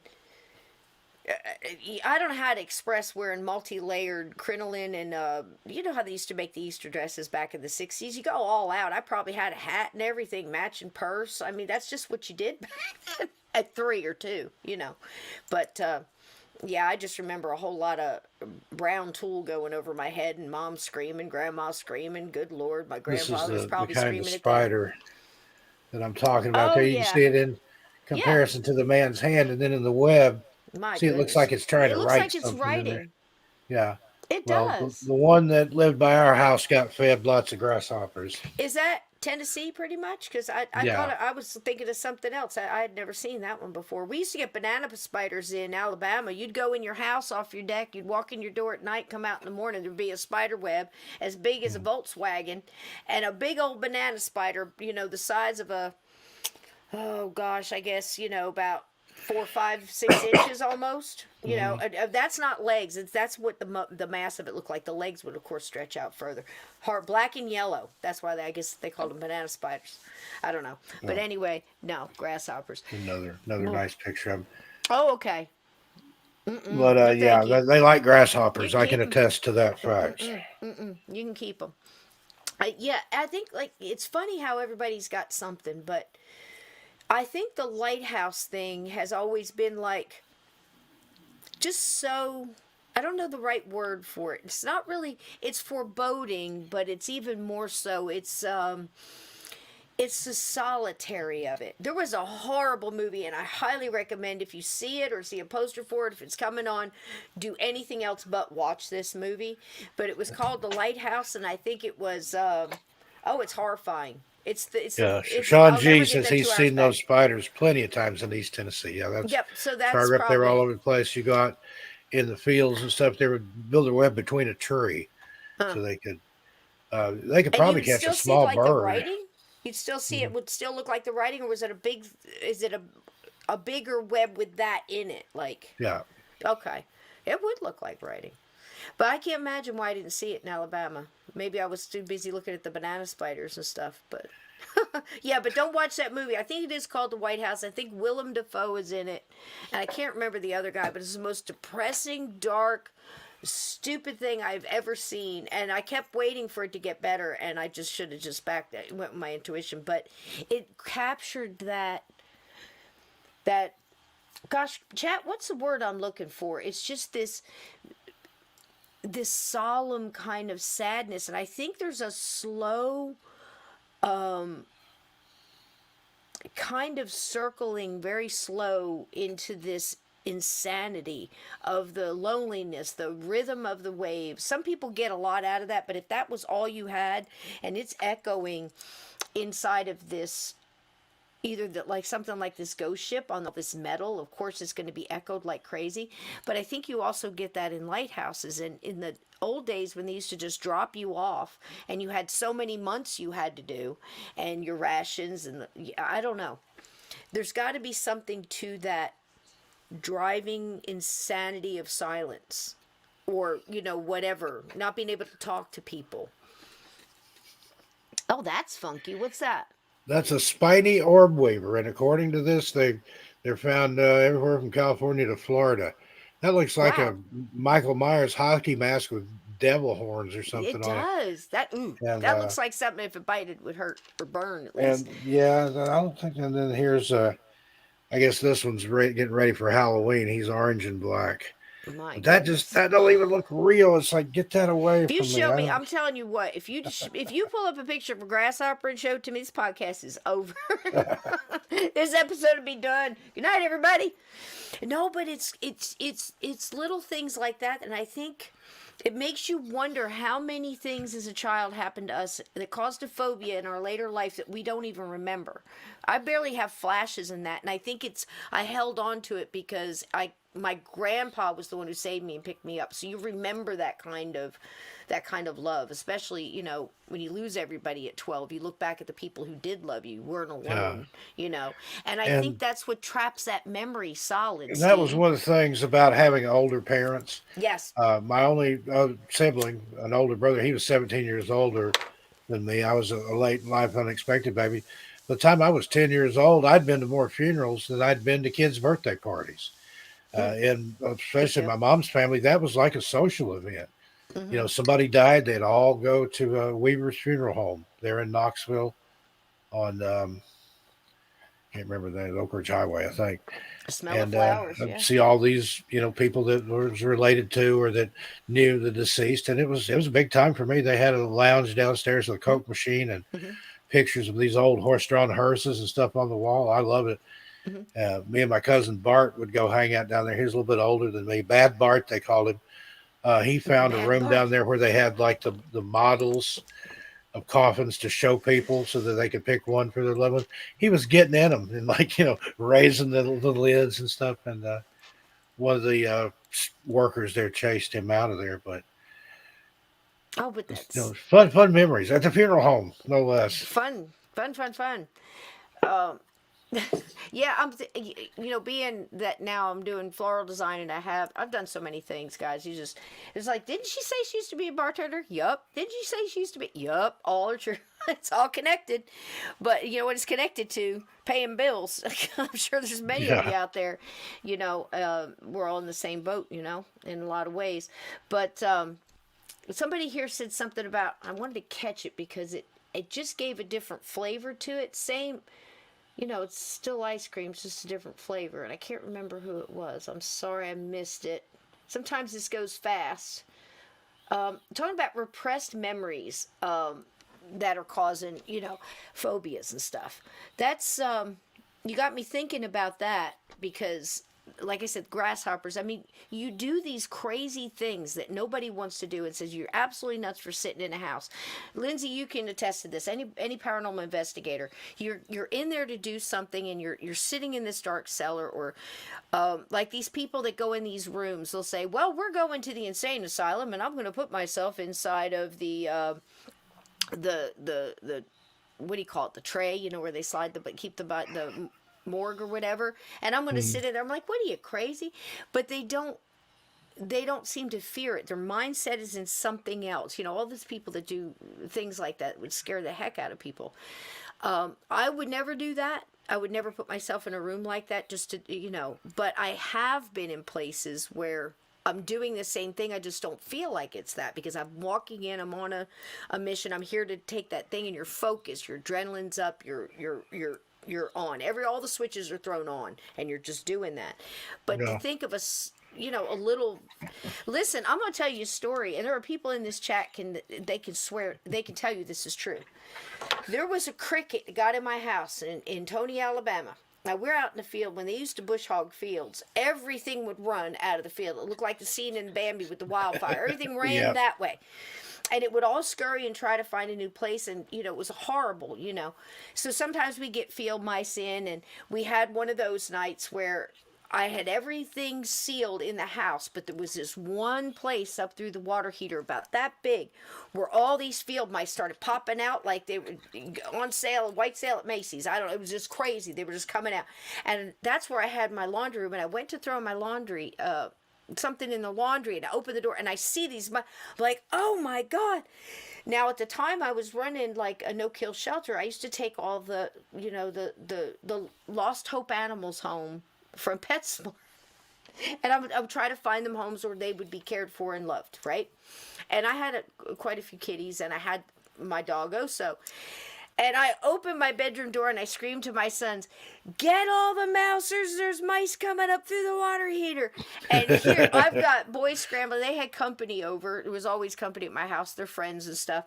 And I got boys running over, grabbing cats and opening the bedroom door and throwing them in, because I kept the bedroom door shut. So I'm trying to keep an eye on where the mice are and keep everything contained. And I'm up on the bed. I need more cats. I need more cats. And they're running all over, catching them, and I'm grabbing a hold of them, getting them to drop them into the... Oh, it was horrible. Because what are you doing with all these mice? I mean, there had to be 25, 30 mice. And we're running around catching them, and I'm dropping them and getting the cat to let them go and flushing them down the toilet. It was the fastest way I could think to get them out. I know there's better ways. But that's what I'm doing. And then all of a sudden, like, there was this almost theme music. Like in a movie. I mean, I'm making this up, but it felt like that. And my oldest son opens the door, and in comes my dog, Oso.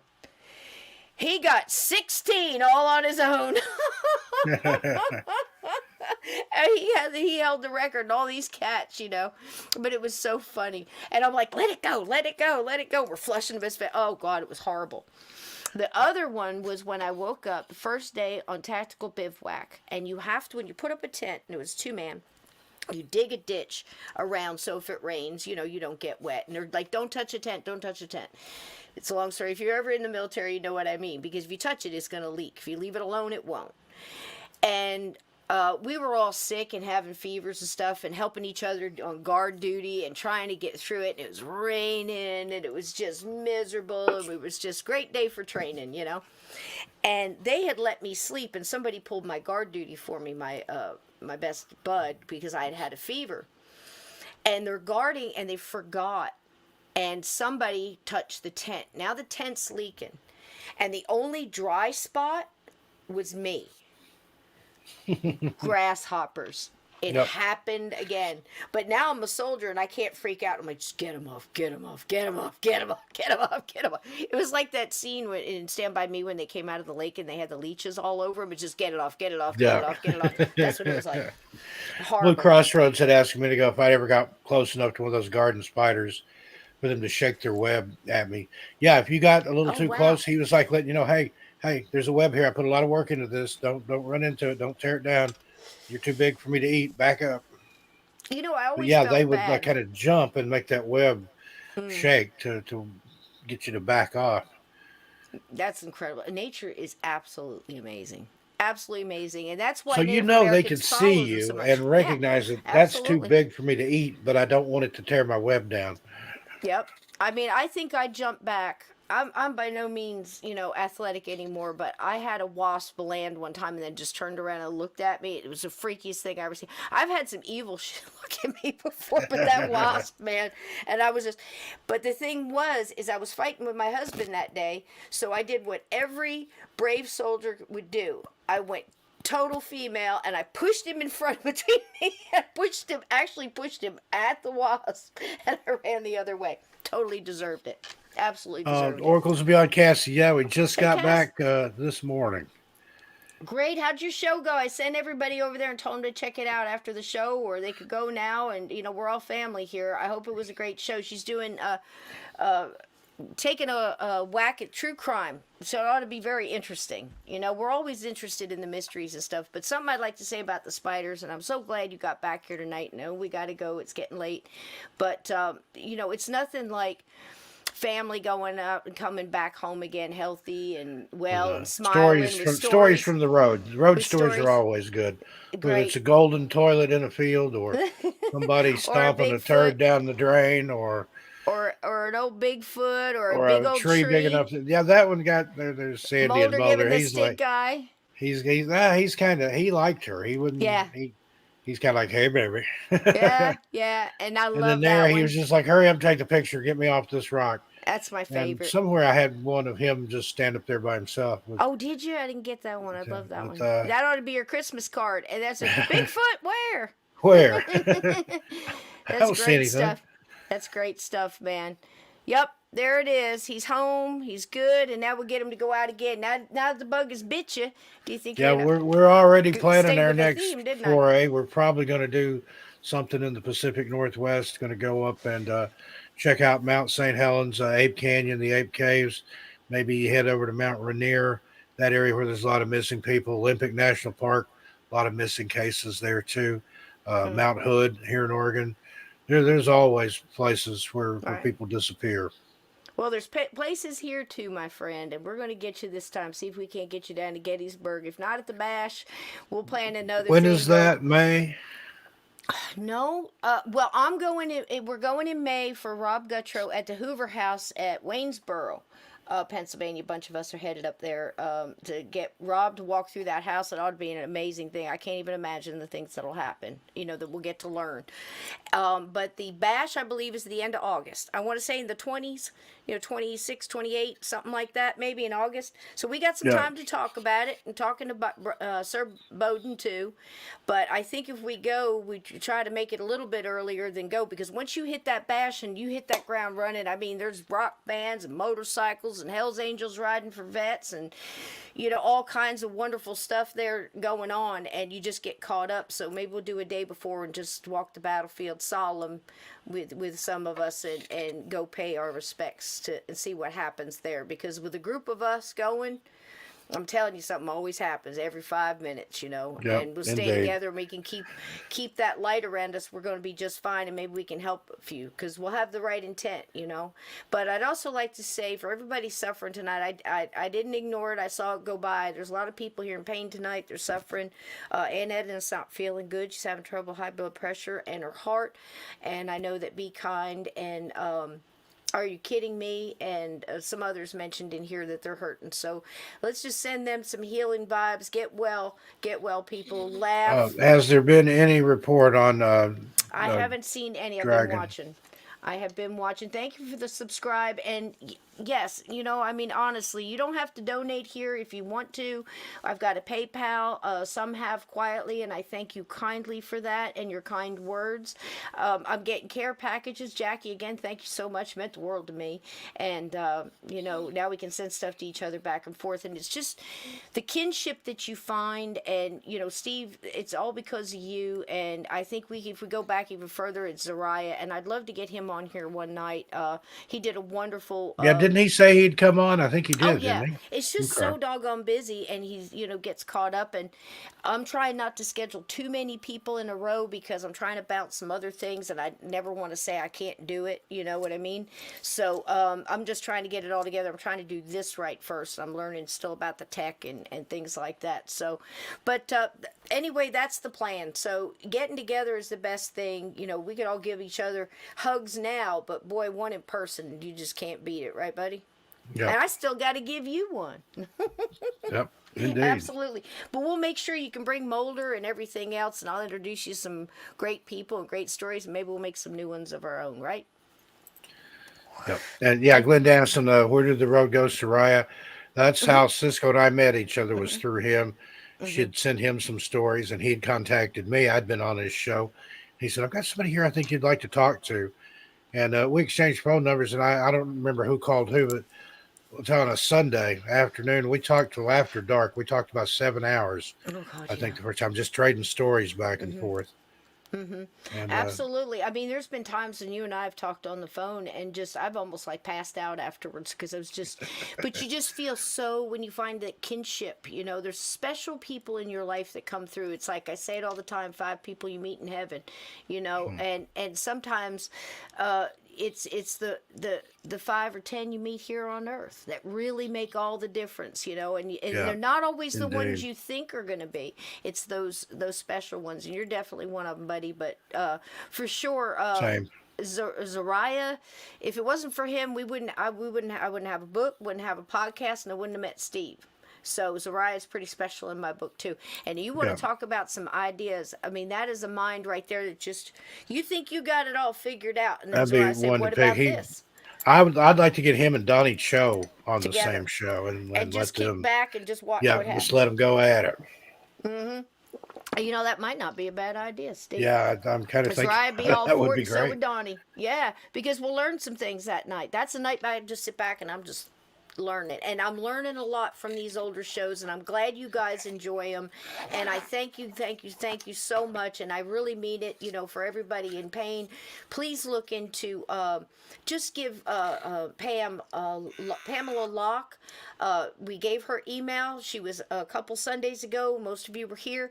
Just give her an email and she'll send you some stuff and some ideas. She'll talk to you on the phone and see if she can't help you release some of that, or look into some other herbals and essential oils and things like that. You know, they may not make it go away, but boy, they can make it so much better. And just know that we love you. And if anybody hears about it's Dragon, I always say Dragon Ball Z, but that's not right. That's my mess up. But any word on anybody, please feel free to let us know, because we absolutely want the best for each and every one of you, and we're so glad and thankful for all of you. I think it's Ghost Dragon ZW. I always get it confused too. But I got believe Dragon Ball Z. I had boys. I'm sorry. We know who you're talking about. Though, yeah, we do. But I love you all very much. Much love to Mulder. He's probably going to sleep for a week now, baby.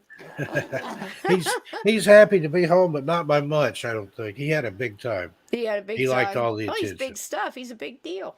That's right. So I love you very much. We'll see you all next week. Steve, what do you got going on this week? Are you going to sleep for a week? Nah, I'm just. I love the road, man. I could travel all the time, I think. Me too, I think. And Sandy took good care of me and Mulder out there on the road, and good driver, bodyguard, chauffeur, traveling companion, par excellence. So I was so thrilled to find out she was going and that you weren't, not that you couldn't go on your own or anything, but it's always nice to have a travel buddy. I'm so glad you all didn't Thelma and Louise. You didn't do a Thelma and Louise off of Mount Shasta. Thank goodness. Yeah. But I love the road. I'm refreshed and ready to go. I needed that trip. I'd sat here in the house and didn't get any farther than the grocery store. Maybe once a month for the past almost 2 years. Yeah. So, this a big road trip like this was just what I needed. I'm refreshed, renewed, ready to go. Got big new content coming on Missing Persons and Mysteries. I recorded some stuff while we were out on the road. I did a couple things and sent them in. And we got you some footage. Chris Jarvis nightly shows will be coming back soon. I may not do them every night just because of all the stuff I got going on, but I will start doing some regular night shows with Sandy and myself. Trying to think what we had come out over there recently. Had people last seen running into the woods, and that's it's different cases, kind of the same circumstances where people were last seen running into the woods and then were never seen again. So what took them? And then also listener stories. I believe it's number 23 that just came out, and there's just some amazing personal encounters in there. There was the very first set is from a lady in Alaska, and she had like 8 different stories that she told. So that's a really good episode. Go give that a listen if you haven't. And just watch that space for more stuff. I'm going to give Sandy a day or two to recuperate, and then we'll probably do something on 13 Past. So be watching for it. Yeah, and you guys are still doing, I know Sandy's very involved in the Spirited Way. It's very close to my heart. Again, when you're got thinking about 2 more all these episodes missing of that people, ready to go and more in the pipeline. So we're going to start trying to do 2 a month on the Spirited Away, the No More Stolen Sisters. Search that hashtag for more info. I've been screaming that stuff for so long and saying nobody's paying attention. Have you ever done anything on the Finger Lakes up there by Zariah? I think we need to get Zariah. We're working our way northeast and northwest, so we'll get to it eventually. Right now, we're in the southwest. I know the first 2 stories were off the Navajo Nation Reservation. She's got 2 more written that I haven't seen yet. She's going to email those to me, and I'm going to go from there. There's also a book in the works. We are writing a book about the missing sisters, no more missing sisters. The missing, murdered indigenous women and men and children. It's the women are the spotlight of it, but there are men and children that go missing too, for whatever reason. Some of it is, most of it is, through either some sort of trafficking or some sort of crime of some sort. It's just really sad. But it is, and I think you guys are one of the few shows that I know of that is doing the stories and stuff on it. So we thank you so much. There's not a lot of attention to it, and it needs to be there. We found out, like when we were on the way back, the little town Klamath, home of the Yurok tribe, they've had, and it's just a small little community up there. It's right on the California-Oregon border. They've got a bunch of missing women from there, from the Yurok Nation. So we're kind of looking into that. We drove right through there, really just a wide spot in the road, but there's, I think, like 5 or 6 or something missing women, all from around the same time, same circumstances in that area. So, that's either trafficking, serial killer, something going on there. Well, when you guys dig into the Finger Lakes in upstate New York, I'd love to hear about it. And like I said, Zariah lives not far from there, so he might be one to talk to. We'd be interested in hearing about that one, wouldn't we, Jackie? So on top of everything else, man, just, so glad you're home. Welcome home. And this is definitely like, our home here, and we love each and every one of you. If you're on your way out, please hit the like. If you haven't subscribed, we dearly love you to do that. And leaving a comment underneath as well also helps, I hear, the YouTube algorithm, and I can use all the help you can give me. Thank you for being here tonight, and welcome home, Steve and Mulder. And Glad Sandy. to be back. Thanks, everybody. Thanks for having us. Love everybody. Love, peace, chicken grease. We'll see you later. And Bye-bye. be well, and keep those big fat candles lit. I'll explain that one to you, Steve, on the outside. All right. Good night, everybody. Good night.